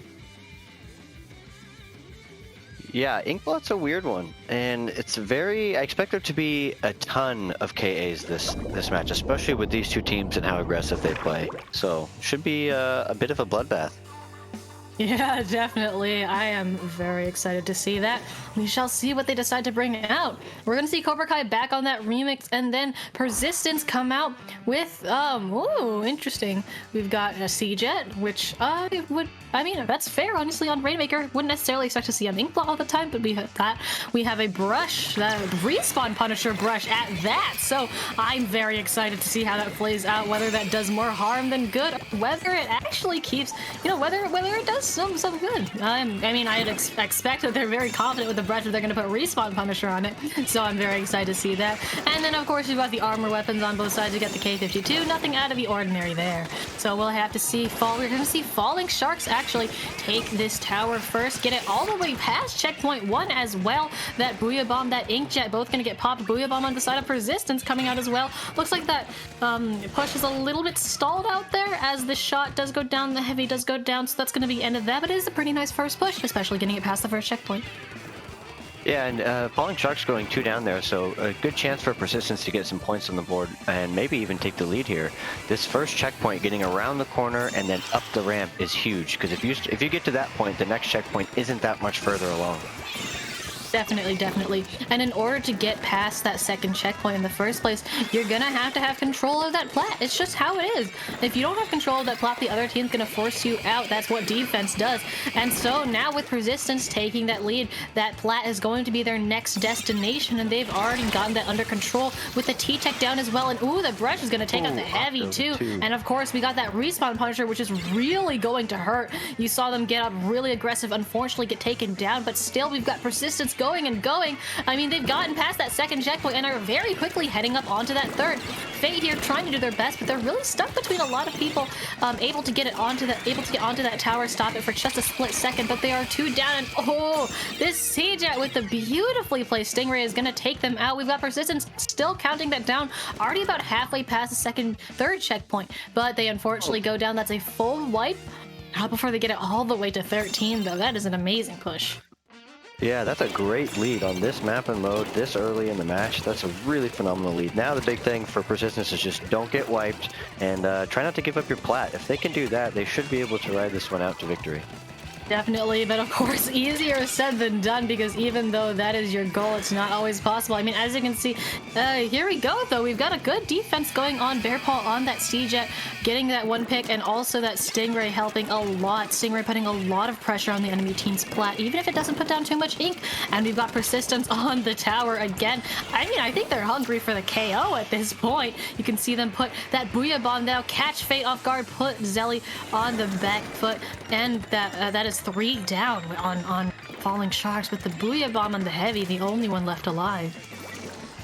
I love to see Persistence still pushing the tower forward, going for a KO. They're not going to settle for a victory just by waiting it out and playing defensive. They're like, nope, we're coming, we're going to take this match and leave now. Oh, and they are taking, that's a full wipe on Falling Sharks. That might be with the game. 2 left. That could be it with that 3-2-1. That right there is the KO for Persistence. Like that is very, very good of them. Like you said, just going back, not giving up, pushing it for the KO. That's pretty persistent of them, wouldn't you say? But I mean, but there you go. So that is going to be our first match. But this is a best of 5. So Falling Sharks does have a little bit of time. They can definitely take this. I mean, they have both of these teams are going to have great momentum coming in from their previous semifinal sets. So hopefully Falling Sharks can pick themselves back up as we move on to Mega Mart Tower Control. Yeah, the nice thing about a best of 5 is you don't feel as much pressure if you lose the first game. If you lose the second, then definitely. But if you lose the first game, it's okay, let's regroup, let's figure out a strategy moving on to the next match, and then, make some adjustments and test it out and see how it goes. Definitely, you get a little bit more of you get a little bit more time to feel the other team out. You can counterpick a little bit, you can get a sense for their play style. And with best of 3s, you're just kind of thrown in, it's like, oh, you lose the first game. Oh, now you have one more game to make it work. But thankfully, that is not necessarily the case here. So I do hope that Falling Sharks can maybe, tank a little bit more, because Systems was very aggressive that match. They were just constantly, they knew when to go in, when to back up, and so I hope Falling Sharks can realize what areas they need to keep control of, and then take control of those areas. Yeah, and that was actually kind of a surprise for me. I expected Falling Sharks to be the ones putting on a little bit more of the aggression with the double shot comp they were running. So Indeed. Curious to see if they make an adjustment, maybe bring out a K52 and take their Splatling and put them back on the hero. I don't know. We'll see what they do. Yeah, we'll definitely have to see. I don't think Cobra Kai's been staying on that heavy, and they've been doing. They did very well with it the last round. So we'll have to see how that plays out for them this round, or if they even decide to switch it up at all. I mean, it was their choice, Yeah, and I know from playing Persistence in the past, Bear Paw pretty much just runs the 2 jets, I believe. So probably going to keep Stingray here, but we might see them bring out the V-Jet version for Macro Mart. That's true. I mean, on maps where missiles are helpful, you can definitely see that come out. V-Jet's not bad at all, especially with that miss, which I talked about. We're going to see a switch to Neo Splash, I believe, and Persistence is going to keep their comp the same, so we've got almost the same thing, except Zelly going to be on that Neo Splash, so we're gonna get a lot of control. And oh my goodness, already a pick on that K52. Very nice job. But we're gonna get more area control. We're gonna get a lot of area control actually with that suction bomb, so hopefully they can make that work. With that, Falling Sharks is gonna be the first to take tower, getting it all the way to that first checkpoint, but Persistence of course gonna stop them right there. Although we don't really have too many picks going down, it feels like both teams are just kind of trying to get turf control, although we did see the heavy go down just there. Yeah, and I'm very curious. I would love to know why the brush is running Respawn Punisher again. I mean, if it works, it works, but I would love to know what is going through their mind when they're picking their gear set. I mean, maybe it's just good gear, maybe they're just very confident. I mean, we saw some crucial picks there, and just a couple of seconds that Respawn Punisher applies can make a huge difference, but of course that also applies to them. If they die in an inopportune spot and take just a little bit too long to respawn, that can hurt them a lot. So we'll just have to see. I mean, it is kind of a decision-making process, when you put something an ability like Respawn Punisher on your gear, and we just saw Falling Sharks unfortunately go 3 down right now, so Persistence is going to take this tower back. Looks like they're likely going to be shooting to get past this first checkpoint here. As you can see, the Booyah Bomb as well as the Stingray combination come out and take down 2 of Falling Sharks yet again. That Junior has the armor, but and we have a little bit of a shark from one of the members of Persistence. That brush there as well. Gonna get 1 pick. The missiles there, narrowly avoiding that splat bomb, looking for the second pick, and here is where the Respawn Punisher comes in handy. Gets a 3rd pick. Oh my goodness, they are on a run. You can see them gunning for the Neo Splash. That pick as well, and oh my, yeah, we're already at 13 and counting. I mean, there's 2 members on the tower right now. That shot's gonna dive, gonna try and stop it, gonna get the picks, but that Stingray and the tower momentum gonna take it to a KO yet again. Persistence did a really good job of stacking specials there to get through that second checkpoint, because that's the one that's really tough, right? You get attacked from all these different angles, but they did so good with the Stingray and the Booyah, and then having the brush push up on the right. They pretty much coasted through that second checkpoint, which is kind of rare on this map. Yeah, I mean, there was, I would say there was little to no resistance, but there was definitely resistance from Falling Sharks. Persistence just made it look like there wasn't, because like you said, all of the specials forced them to either scatter or take a lot of damage from that. And when you only have 100 health, there's only so much damage you can take. Yeah, and with Mako too, there's only so much spaces you can fill, right? Oh, So yeah. you saw they were all stuck in that corner back by the pillow or right below their snipe, and you can only move so far. I mean, it's not like this next Manta Maria should be a little bit easier for them to move around. But I expect to see Persistence keep the Stingray in this one. Yeah, though when you think about it, Manta can also have a lot of very restrictive passageways. You have the alleyways as well as little platforms. So you have places to jump off of, sure, but it can be kind of restrictive when especially if you compare it to big open maps like say Wahoo or the Reef. So, like you said, keeping that Stingray is going to be huge, especially with that second checkpoint. You know how it's very, very tight if you decide to drop down into that alley. So movement options can be very limited there. They'll just have to watch their feet. I'm curious, what do you think Falling Sharks can do adjustment-wise to kind of turn the tides on this next match and kind of get things rolling in their favor? Persistence plays really quickly. We've seen a lot of aggression from them. We've seen a lot of throwing specials and working around that. So I want to see Falling Sharks kind of maybe honestly try and bait those specials out a little bit and then take Persistence by storm when they're at a special less part, or take advantage of the times when Persistence is 1-2 down, because that does give them a huge person advantage. And so trying to force those 2v1s, take that by storm, take the teamwork and push that to another level. I really want to see that, because we definitely saw that. I mean, against Minnow Cuppers, they did have the same kind of energy and aggression that we're seeing from Persistence today, and it's really hard, of course, being 2 down in a best of 5 when this next game could decide the tournament. So I just hope that they can pick themselves up and make those adjustments. Yeah, I think I would like to see them go with maybe a little bit of a longer range comp, maybe take the splash or the shot and move towards something that has a little more mid-range. I feel like because Persistence is doing so well in the fighting, they might need something to outrange them a little. True. We're gonna see it. Oh, I like the switch to the machine a lot, actually. I mean, I used to play Machine, and it can do really well here because Machine, not only does Machine take high, like if you take over ledges or high ground like other sloggers, it does really well at low and even ground as well, especially with those indirects being so forgiving. So I really hope that switch does good things for them.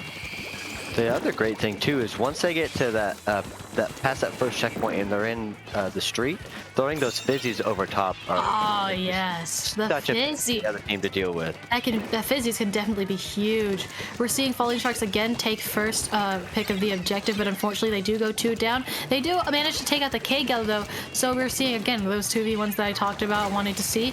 Glad that we can see that. Fate here on the Junior has the armor at the ready, gonna pop that, but I don't know if it applied to their teammates because they died.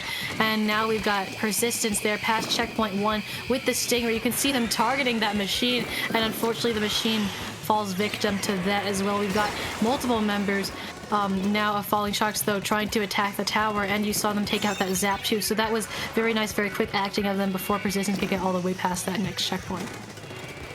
Not a huge lead here, but enough points to where Falling Sharks is going to feel a little bit of the pressure considering they're already down 0-2. So they're really going to have to focus on regaining map control, stacking specials, and pushing together after getting some picks to really start to take this game and turn it in their favor. Definitely, and we need to see them win those fights. We need to see them take advantage of those, those team fights. But unfortunately, with the shot going down, that's going to be a lot harder. And this Booyah Bomb and the Ray coming out as well. Here are the special stack for Persistence that we're talking about. We've got a Booyah Bomb coming back though, but this K machine going to get caught in the way of a Ray again. We've got 1 down on both teams now. Oh, nice pick from the K machine. Going to get taken out themselves before they can finish splashdowning though, and that's going to be a 3 down suddenly for Falling Sharks. With that's going to be a delayed wipe. That is unfortunate. And Persistence, we already know that they're going to take this opportunity they're going to take it as much as they can. We've got Stormy here already on the Booyah Bomb. Going to come up to this left side, be very aggressive on this K-Gal. RNG in their favor, get a double.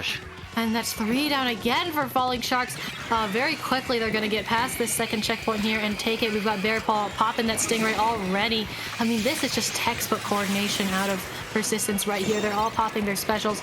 They're controlling the areas that they need to. You saw that Stormy toss that high up so that people couldn't go up on the grate above them. And now Stormy's going to try and take these ledges, prevent Flatling from doing anything. Yeah, and they did such a good job. Like their special court. Oh my! Oh, that's it. This game. They went down with tower drift. That ended the same way as the Mako game, didn't it? Yeah, Persistence. Great job at stacking specials there. They didn't burn them all at once. They kind of let them come in one at a time, which left them to keep progressing the tower and keep getting points. So, great job by them. Unfortunately, that's it. That's 3-0. Yeah, that was indeed our grand finals. Like the screen says, congratulations to Persistence for taking first place and for Falling Sharks for putting up a great fight, as well as that amazing semifinal set we saw from them. But yeah, I mean, that was just showing exactly what Persistence can do when they really put their minds to it. Looks like the third place match is not over yet. We are still 1-1 in that one, so we'll have to see how that one turns out. But as we wrap up this tournament, thank you everyone for coming out and watching this. Thank you, Ike, for commentating with me, and thank you to Jub, our wonderful streamer. Ike, where can the wonderful people in the audience find you on the internet? Twitter at Ike and Ike, and same on Twitch. And yeah, that's about it. Yeah, you can find me at Cater_ on Twitter, where I talk about a lot of things, like I post art and I talk about stuff I commentate. So yes, again, a huge thank you to everyone that played in this tournament, all of the staff members in the background that keep this tournament running. You know, we could not do this. We could not do this without you guys. So yeah, thank you all for coming out. I hope you all have a wonderful rest of your day. And we might be rating IPL, so, you know, stick around for that. We are indeed rating IPL. Stick around for that. Go back to High Ink too.